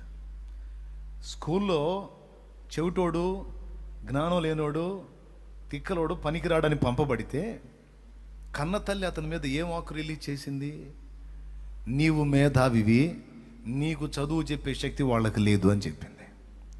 ఆ బిడ్డ మీద ఆ తల్లి రిలీజ్ చేసిన ఆ వాక్కు అక్షరాలు నెరవేరి ప్రపంచ మేధావుల్లో ఆయన ఒకడయ్యాడు. గట్టిగా మనం రిలీజ్ చేసేటువంటి వాక్కుకు ఆ శక్తినిచ్చి మనం పలికిన మాటను బట్టి అవతల వారి పరిస్థితులు, వాళ్ళ స్థితిగతులు, జీవన విధానాలు మారిపోయేటట్టు దేవుడు అధికారం ఇచ్చాడు. కళ్ళున్నోడు పౌలు పలికితే గుడ్డోడయ్యాడు. అపవాది కుమారుడా, సమస్త నీతికి విరోధి, దేవుని తిన్నని మార్గంలో చెడగొట్టడం మానవా, కొంతకాలం నీవు సూర్యుని చూడకుండా అంధుడు అయిపోదుగాక పా అన్నాడు. అంతే. ఆ మాట పలికి ముగించాడు. వాడు తడవలాటం మొదలుపెట్టాడు. ఎలుమా అనే గారడేవాడు, సెర్గీ పౌలు అనేవాడికి పౌలు సువార్త చెప్తున్నాడు. సెర్గీ పౌలు అనే వానికి మన పౌలు మహనీయుడు సువార్త చెప్తుంటే ఆ సెర్గీ పౌలు దగ్గర ఉండే ఈ గారడేవాడు, ఆ మాటలన్నీ వినకండి సార్, అంతే చెప్తా ఉంటారు. వాళ్ళ మాటలన్నీ కహానీలు, అన్ని నమ్మకూడదు, అన్ని పట్టించుకోకూడదని అడ్డం అడ్డం తగులుతున్నాడు. చూశాడు, ఓర్చుకున్నాడు, సహించాడు. కడుపులో మండిపోయింది. ఇక ఇతనికి సువార్త చెప్పటం ఆపి వాడికి వెళ్ళి తిరిగాడు. అపవాది కుమారుడా అంటే, ఒరే సైతానికే బచ్చే, సమస్త నీతికి విరోధి, దేవుని తిన్నని మార్గంలో చెడగొట్టడం మానవారాను, కొంతకాలం నీవు సూర్యుని చూడకుండా అంధుడవైపోదువుగాక అని పలికిన వెంటనే అంది స్పాట్ కళ్ళు పోయినవాడికి. అందుకే కొంతమంది మన వాళ్ళలో కొంతమంది తొందరపడి నోరు తిరిగి ఏది పెడితే అది అంటూ ఉంటారు. మనం అనకూడదండి. మన దేవుడు ఆమెన్ అనువాడు. పిచ్చి పిచ్చిగా నోటికి వచ్చినట్టు పనికి మాలిన మాటలన్నీ మాట్లాడకూడదు మనం. ఆయన ఆమెను అన్నాడంటే జరిగిద్ది అంతే, అనకూడదు. అప్పటికి ఓపి పట్టి పట్టి పట్టి తట్టుకోలేక ఆ మాట పలికాడు అంతే. ఇప్పుడు విన్నాడు ఇక సెదికి పౌలు సువార్త, సచ్చినట్టు వింటాడు. ఎందుకంటే వినకపోతే ఇతను నన్నేమంటాడు, నన్నేం చేస్తాడని. పౌలు గారు, ఆ దరిద్రుడితో ఎందుకండి, మీరు నాకు చెప్పండి, మొత్తం చెప్పండి, నేను వింటాను. దేవుని గట్టిగా స్తోత్రం చెప్పండి. హల్లెలూయా, గట్టిగా చెప్పండి. విన్నాడు. కాబట్టి మనం పలికినటువంటి మాటను బట్టి అవతలి వాడి పరిస్థితులు మారిపోయేటట్టు మనకు అధికారం ఇవ్వబడింది. 5 సంగతులు చెప్పాం. మొట్టమొదటిది వరుసగా మీరు చెప్పేసేయండి, మనం ముగించేసుకోబోతున్నాం. శత్రువు బలమంతటి మీద మనకు నంబర్ 1. నంబర్ 2, మరణం మీద అధికారం ఉంది. నంబర్ 3, రోగములు, ప్రతి విధమైన రోగం మీద అధికారం ఉంది. అట్లయితే మరి చాలామంది జబ్బులతో బాధపడుతున్నారు, బాగు చేయొచ్చుగా. వస్తా ఆ ఒక్కటి చెప్పకపోతే అన్యాయం జరిగింది, అందుకని ఆ మ్యాటర్ కూడా చెప్పి ముగిస్తా. 3. 4వది ప్రకృతి మీద. 5, పరిస్థితుల మీద మనకు అధికారం ఇవ్వబడి ఉంది.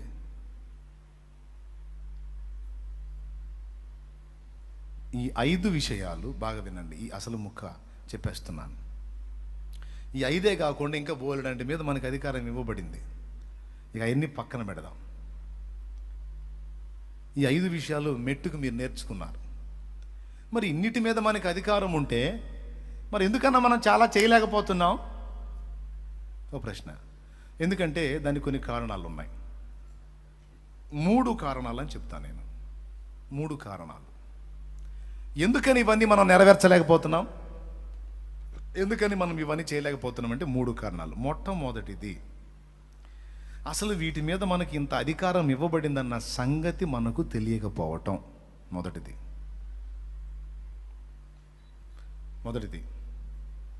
రెండవది, శత్రు బలాన్ని దెబ్బతీయాలన్నా, ప్రకృతి లోబడాలన్నా, పరిస్థితులు మారాలన్నా, రోగం పోవాలన్నా, ఏది చేయాలన్నా దేవుని శక్తి పనిచేయాలా. ఎవరి శక్తి పనిచేయాలా? నోరు తెరిచి చెప్పండి, మీకు దండం చేసుకుంటా. దండం చెప్పండి. ఎవరి శక్తి పనిచేయాలా? దేవుని శక్తి పనిచేయాలి. పనిచేయాలంటే దేవుడు కదలాలి కదా. దేవుడు కదలాలంటే మనం దేవునికి లోబడి ఉండాలి. దేవునితో మనం ఐక్యత చెందిన వారమై ఉండాలి.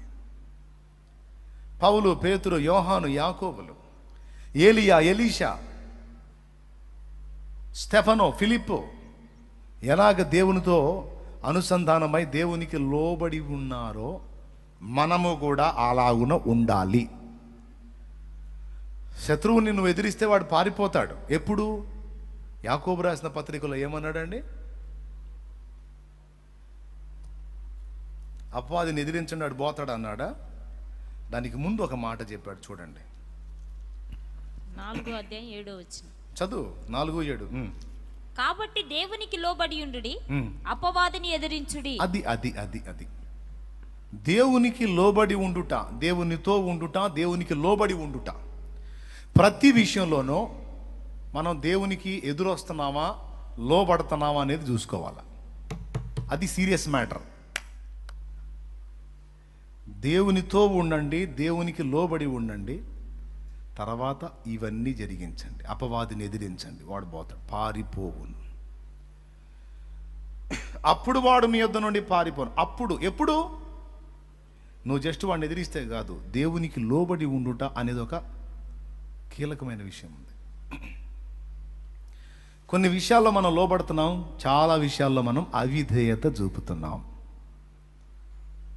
కానీ ఒక పేతురు అలా చూపించాడా? ఒక పౌలు అలా చూపించాడా? ఒక స్టెఫన్ అలా చూపించాడా? ఒక ఏలియా అలా ఉన్నాడా? ఒక ఎలీషా అలా ఉన్నాడా? ఒక మోషే అలా ఉన్నాడా? నో. దేవుని మాట ఎలాగో అలాగుననే వారు బ్రతుకున్నట్లు తమ్మును తాము సాధకం చేసుకున్నారు, జాగ్రత్త పడ్డారు. అది చాలా సీరియస్ మ్యాటర్ అన్నట్టుగా ప్రతి విషయం వాళ్ళు చేసే సమస్త ప్రవర్తనలో దీనికి నేను ఇది చేస్తున్నా, దీనికి వాక్యం ఒప్పుకుంటుందా? నేను ఇలా మాట్లాడా, దీనికి వాక్యం ఒప్పుకుంటుందా? నేను ఇలా ప్రవర్తించా, దీనికి వాక్యం ఒప్పుకుంటుందా? నేను ఇలా బలహీనమైన ఆలోచన చేస్తా, దీనికి వాక్యం ఒప్పుకుంటుందా? మన సమస్త విషయాలలో దేవుని వాక్కు చొప్పున మనం ఆయనకు లోబడి బ్రతుకుట అనేది ఒక కీలకమైన విషయం. ఎందుకంటే మనం ఆయన పిల్లలం. ఆయనతో అనుబంధం కలిగి ఉన్నంత వరకే మనకు ఆ పవర్స్ అన్ని పనిచేస్తాయి. తప్పిపోయిన కుమారుడు తండ్రి దగ్గర ఉన్నప్పుడు వాడి పెత్తనం నడిచిందా లేదా? ఎప్పటిదాకా వాడి పెత్తనం నడిచింది? తండ్రి దగ్గర ఉన్నంత కాలం, తండ్రికి లోబడి ఉన్నంత కాలం, తండ్రితో ఉన్నంత కాలం. తండ్రి మీద తిరుగుబాటు చేసి తండ్రికి దూరమై వాడు సొంత పెత్తనంగా వెళ్ళిపోయాడు. సొంత పెత్తనంగా వెళ్ళిపోయిన తర్వాత ఇక తండ్రి దగ్గర ఉన్న వాళ్ళు ఎవరైనా వాడికి లోబడతారా? తండ్రి దగ్గర ఉన్నప్పటి పరిస్థితులు వాడు దూరమైనా కొన్నాయా? లేవు. యజమానుడిగా పోయి బిచ్చగాడిగా తయారయ్యాడు. అరే అడుక్కున్నా ఎవడో ఒక ముద్ద పెట్టే పరిస్థితి లేకుండా అయిపోయింది. చివరికి పందులు తినే పొట్టన్నా తిందామని ట్రై చేస్తే పందులేమో మహాపట్టాయి. అవి వేసిందాక కూడా ఆగవా, ఎగబడి తింటాయా, చండాలమయ్యా. అయ్యేమన్నా గొర్రెల్లాగా ఓ పద్ధతి ప్రకారం మనం మేత వేసినప్పుడే తింటాయా? అరే నువ్వు అక్కడ తీసుకొస్తావు ఉంటేనే వచ్చి గందరగోళం చేస్తాయి, చీదర చేస్తాయి. ఎందుకంటే ఓ పద్ధతి ప్రకారం తినాలని ఇంకితో వాటికి ఉండదు. బురదలో పడ్డా, రొచ్చులో పడ్డా, మట్టిలో పడ్డా, ఎక్కడ పడ్డా సరే ఆప్యాయంగా తింటాయి. కాబట్టి వాడికి ఆ పందులు తినే పొట్టు కూడా దొరకలా. తండ్రి దగ్గర ఉన్నప్పుడేమో పెత్తనం వెలగబెట్టాడు, బయటికి పోయిన తర్వాతేమో అన్నీ కోల్పోయి దరిద్రుడయ్యాడు. తిరిగి తండ్రి దగ్గరకు వచ్చిన తర్వాత తండ్రి ఏం చేశాడు? అతని స్థితిగతులన్నీ మార్చిపడేసి అతనికి ఉంగరం ధరింపజేశాడు. ఉంగరం అధికారానికి గుర్తు. లోకాసువార్త 15 ఇంటికి పోయి చదువుకోండి, ఇప్పుడు టైం లేదులే. ఉంగరం దేనికి గుర్తు? అధికారానికి గుర్తు. ఎప్పుడైతే వాడు తిరిగి తండ్రి దగ్గరకు వచ్చి తండ్రితో సమాధాన పడ్డాడో, ఇక నీకు లోబడి నీ దాసునిగా బ్రతుకుతాను అని తగ్గించుకొని వచ్చాడో, ఇక తండ్రి మాట చొప్పున బ్రతకడానికి ఇష్టపడ్డాడో, అప్పుడు తండ్రి ఇంటి వారందరూ తండ్రికి సంబంధించినవన్నీ అతనికి లోబడినాయి. అప్పుడు అతను మళ్ళా అన్నిటి మీద అధికారం పొందాడు. కాబట్టి మనకు దేవుడు చెప్పిన ఈ అధికారాలన్నీ మనం నెరవేర్చాలి అంటే మొట్టమొదటిది అసలు ఇంత అధికారం మనకి ఇవ్వబడిందన్న సంగతి మనకు తెలియాలి. అవి మనం నెరవేర్చినట్లు దేవునితో ఐక్యమై ఆయన మాట చొప్పున ఆయనకు లోబడి బ్రతకాలి. మూడవ విషయం ఇది ముఖ్యమైనది. ఎక్కడైనా ఏ కార్యమైనా చేయాలి అంటే దేవుని నడిపింపు పొందాలి. అయిపోయింది. ఇక ఏం పొందాలి? దేవుని నడిపింపు పొందాలి. చచ్చిపోయిన వాళ్ళని లేవగొట్టే శక్తి దేవుడు ఇచ్చాడు, నాకు ఈ అధికారం ఉంది కదా అని చచ్చిపోయిన వాళ్ళందరినీ తిరిగి లేపుకుంటూ వెళ్ళామనుకో, మున్సిపాలిటీ వాళ్ళు వచ్చి మనల్ని పట్టుకుంటారు. ఉన్న గుంపుకే జాలక సత్తుంటే మళ్ళీ చచ్చిన వాళ్ళందరినీ లేపి తీసుకొచ్చి నిలబెడుతున్నారా బాబా, ఒరే ఏమొచ్చిందిరా మీకు అని మనల్ని సాగుపడతారు. ఇక్కడ ఎవరు బ్రతకాలో, ఎవరు చనిపోయి ఆ మృత స్థితిలో ఉండాలో, ఎవరు తిరిగి బ్రతికితే వారి వల్ల దేవుని కార్యం జరుగుతుందో, ఎవరు బ్రతికి ఉంటే వారికి నష్టమో దేవునికి తెలుసు, మనకు తెలియదు. కాబట్టి పౌలు జీవితంలో చాలామంది చనిపోయారు. ఉదాహరణకి పేతురు ఉన్నాడండి. చనిపోయిన దోర్కా లేక తబిత, చచ్చిపోయిన తబితా లెమ్మనగానే తబిత లేచింది కదా. మరి పేతురున్న టైంలోనే యాకోబు చంపబడ్డాడు ఖడ్గము చేత. అపోస్తల కార్యం 12వ అధ్యాయం. మరి ఇంత శక్తి కలిగినటువంటి పేతురు యాకోబుని లేపొచ్చుగా? లేపాడా? నో. యాకోబు విషయంలో దేవుని చిత్తం అది. అతడు హతసాక్షి మరణం పొందాలి, అది దేవుని సంకల్పం. కాబట్టి నేను ఆజ్ఞాపిస్తే మరణం కూడా తొలగిపోతుంది, చచ్చిన వాడిని లేపే శక్తి నాకు ఉంది అని పేతురు యాకోబు ప్రభు నిన్ను లెమ్మనుచున్నాడు అనలా. యాకోబు విషయంలో దేవుని నడిపింపు పొందాడు. యాకోబు అంటే పాత నిబంధన యాకోబు అనుకునేరు. క్రొత్త నిబంధనలో యాకోబు ఉన్నాడు. అపోస్తల కార్యం 12:1 యాకోబు ఖడ్గం చేత చంపబడ్డాడు. ఆయన అపోస్తల్లో ఒకడు. ఆయన విషయంలో దేవుడు ఏం కోరుతున్నాడు అనేది పేతురు గుర్తించాడు. దేవుడు నడిపింపు పొందాడు. మోషే అంతే, ఏలియా అంతే, ఎలీషా అంతే. వీళ్ళందరూ ఏవి చేసినా నాకు అధికారం ఉంది కదా అని వాళ్ళ బుర్రకు తోచినట్టు చేయలేదు. ఎవరికి స్వస్థతో వాళ్ళు దేవుని నడిపింపు పొందారు. ఎవరికి రోగం నిలిచి ఉండాలో వాళ్ళు దేవుని నడిపింపు పొందారు. ఎవరి పరిస్థితులు మారాలో వాళ్ళు దేవుని నడిపింపు పొందారు. ఎవరి పరిస్థితులు అలానే ఉండాలో వాళ్ళు దేవుని నడిపింపు పొందారు. ఎవరు చచ్చిన స్థితిలోనే ఉండాలో వారు దేవుని నడిపింపు పొందారు. ఎవరు తిరిగి బ్రతకాలో వారు దేవుని నడిపింపు పొందారు. ఎక్కడ ఏ సూచక్రియ జరగాలో వారు దేవుని నడిపింపు పొందారు. ఎక్కడ ఏ సూచక్రియ జరగొద్దో అక్కడ వారు దేవుని నడిపింపు పొందారు. 3 సంగతులు చెప్పా. ఈ అధికారాలు ఇచ్చాడని ఒకటి ఎరిగి ఉండుట, రెండవది దేవునికి లోబడి ఉండుట, మూడవది దేవుని నడిపింపు పొందుట. ఇది ముఖ్యమైనది. అన్న దేవుని నడిపింపు ఎలా దొరుకుతుందన్న? దేవుని నడిపింపు మనం ఎలా పొందగలం? ఈ ఒక్క మాట చెప్పి ఇక నేను ప్రార్థన చేస్తా. సంతోషంగా, మనస్ఫూర్తిగా, నిండు మనసుతో, హృదయపూర్వకంగా ఒకసారి స్తోత్రం చెప్పండి. ఇంతేనా? వద్దులే, ఊరుకోండి, ఏం చెబుతారు. కానీ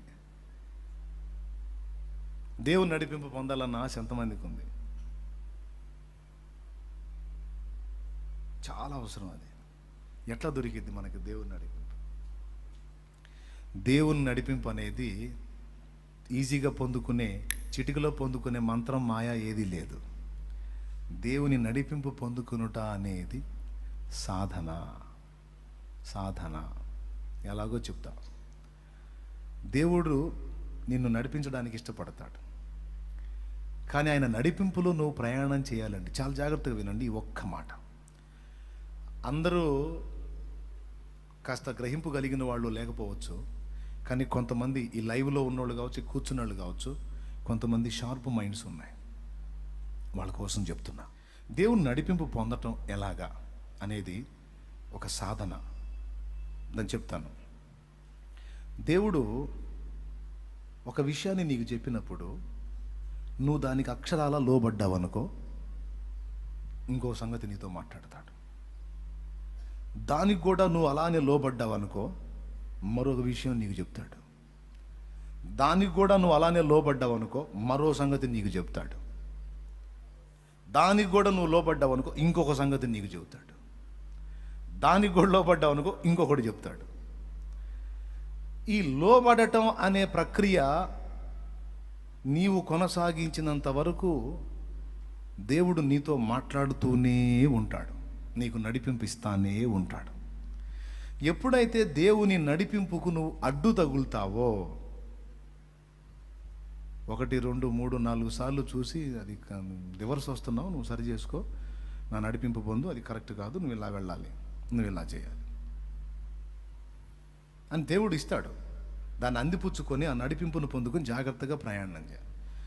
ఆయన నడిపింపులో ఆయన చెప్తాడు కదా, కొంచెములో నమ్మకంగా ఉన్నవానికి విస్తారంగా ఇస్తాను. కొంచెములో విధేయత చూపితే ఇంకా విస్తారంగా నేను నడిపించుకుంటా. చాలా ముఖ్యమైన విషయం.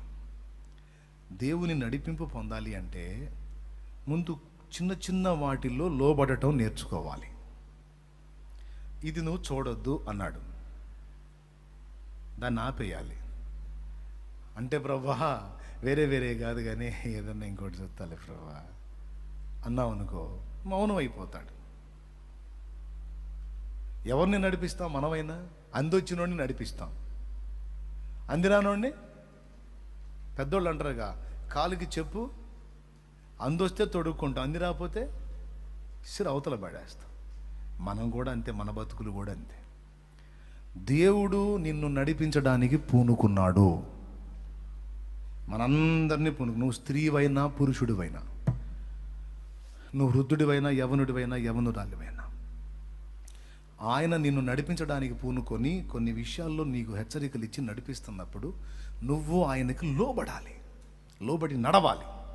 అప్పుడు నిన్ను ఇంకా ఇంకా ఇంకా ఇంకా నడిపించి చివరికి ఏమెట్టుకు తీసుకొస్తాడో తెలుసా? అసలు మనుషులతో సంబంధాలు దిగిపోతాయి, పూర్తిగా ఇక దేవునితో కనెక్ట్ అయిపోతావు. ఇక ఏదైనా సరే ఎప్పటికప్పుడు ఏ క్షణానికి ఆ క్షణాన ఏ ప్రదేశానికి వెళ్ళినా అక్కడ నువ్వేం చేయాలో చెప్పేస్తాడు. అట్లా పొందాడు పౌలు, అట్లా పొందాడు పేతురు. శృంగారమును దేవాలయం దగ్గర వారు ఆ రోజే ప్రార్థనకు పోలా. చాలా రోజుల నుంచి వాళ్ళు అక్కడ ప్రార్థనకి వెళ్తున్నారు. ఆ కుంటివాడైన భిక్షగాడు ఆ రోజే వచ్చి కూర్చోలా, వాడు రోజు కూర్చుంటున్నాడు. కానీ అంతకు ముందు రోజుల్లో దేవుని నడిపింపు పొందల పేతురు.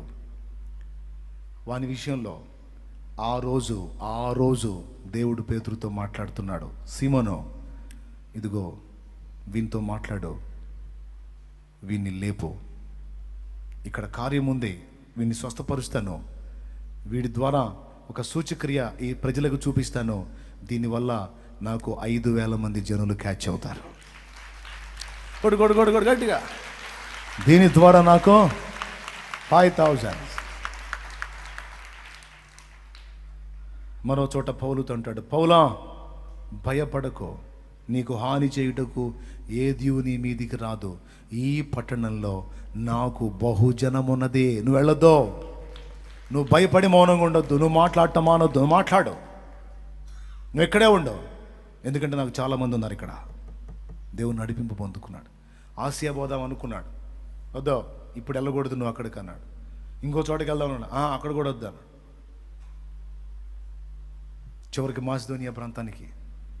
అంటే ఎటు వెళ్ళాలో దేవుని నడిపింపు, ఎక్కడ మాట్లాడాలో దేవుని నడిపింపు, ఎక్కడ మౌనంగా ఉండాలో దేవుని నడిపింపు, ఏం చేయాలో దేవుని నడిపింపు, ఎప్పుడు మౌనంగా ఉండాలో, మాట్లాడకుండా ఉండాలో, క్రియ చేయకుండా ఉండాలో, చేతులు కట్టుకొని ఉండాలో, ఎక్కడ ఏం చేయాలో మొత్తం దేవుని నడిపింపు. అంత గొప్ప నడిపింపు ఎట్లా పొందాడు పౌలు? అగ్రిప్పరాజుకు చెబుతాడు అసలు రహస్యం.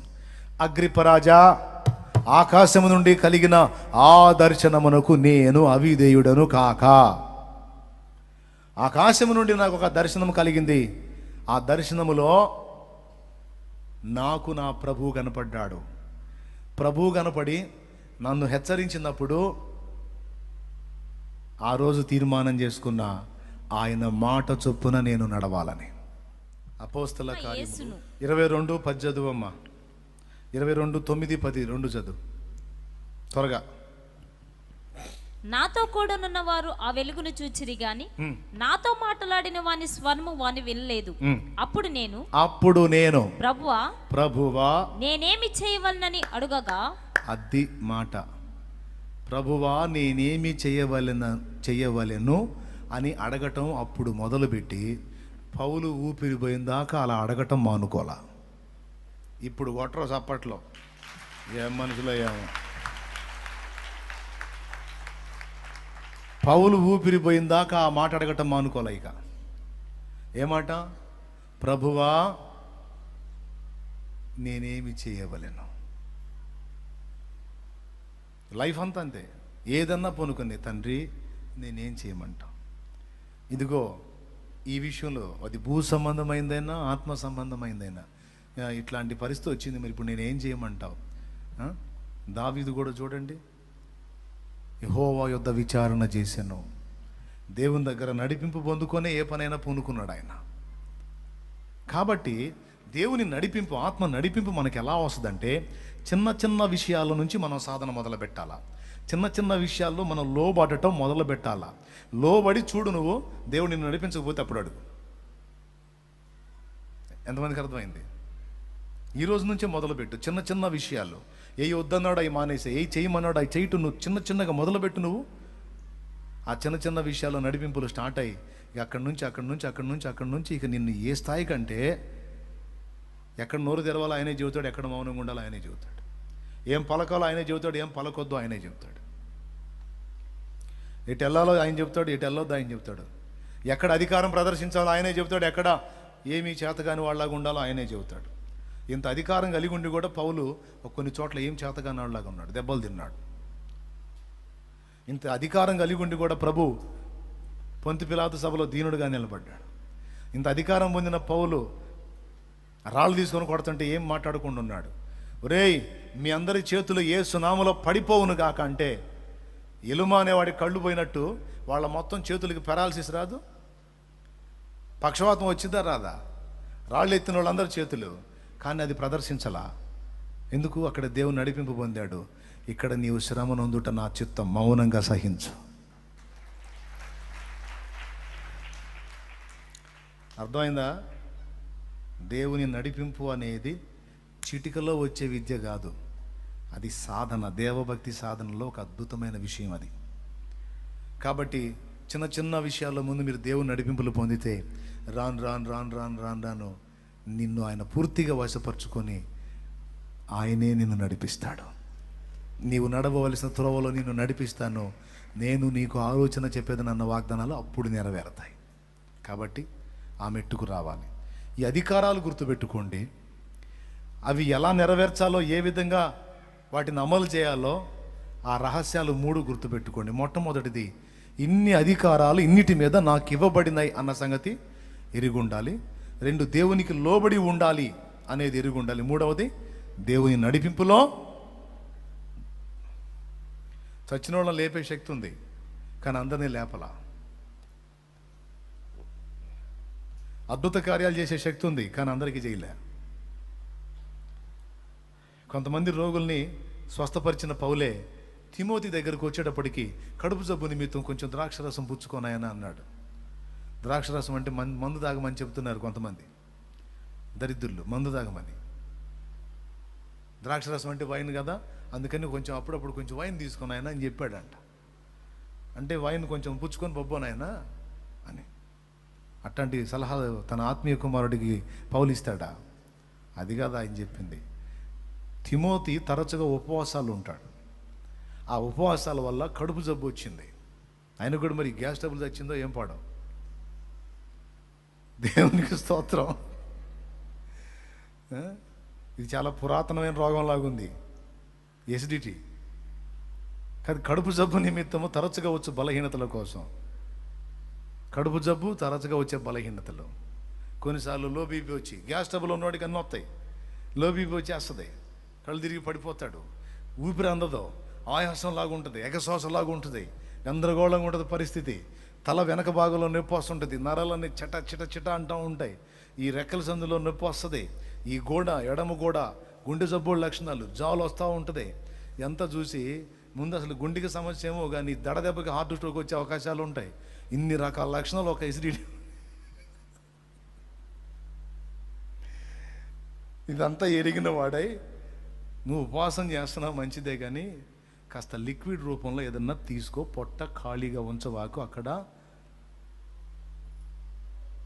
గ్యాస్ తయారవుతుంది, అది అవయవాలను దెబ్బతీస్తుంది. అలా కాకుండా కడుపులో బరువు ఏదో ఒకటి, వాటరో లిక్విడో, ఒట్టి నీళ్ళైతే ఇక మీదట నీళ్ళే త్రాగక అన్నాడు. ఒట్టి నీళ్ళలో అంత పట్టుత్వం ఉండదు, కొంచెం ద్రవ పదార్థం, కొంచెం ద్రాక్షరసం తీసుకోయా. అప్పట్లో ద్రాక్షరసం ఆహారమేమో రొట్టెలు, పానీయమేమో ద్రాక్షరసం. పదార్థంగా తినొద్దు, కానీ కాస్త ద్రవ రూపంగా ఏదన్నా ద్రాక్షరసం లాంటిది కాస్త తాగాయా. నేను కూడా ఇక్కడ మనకు ప్రేయర్కి వచ్చిన వాళ్ళకి సలహాలు చెప్తుంటాను.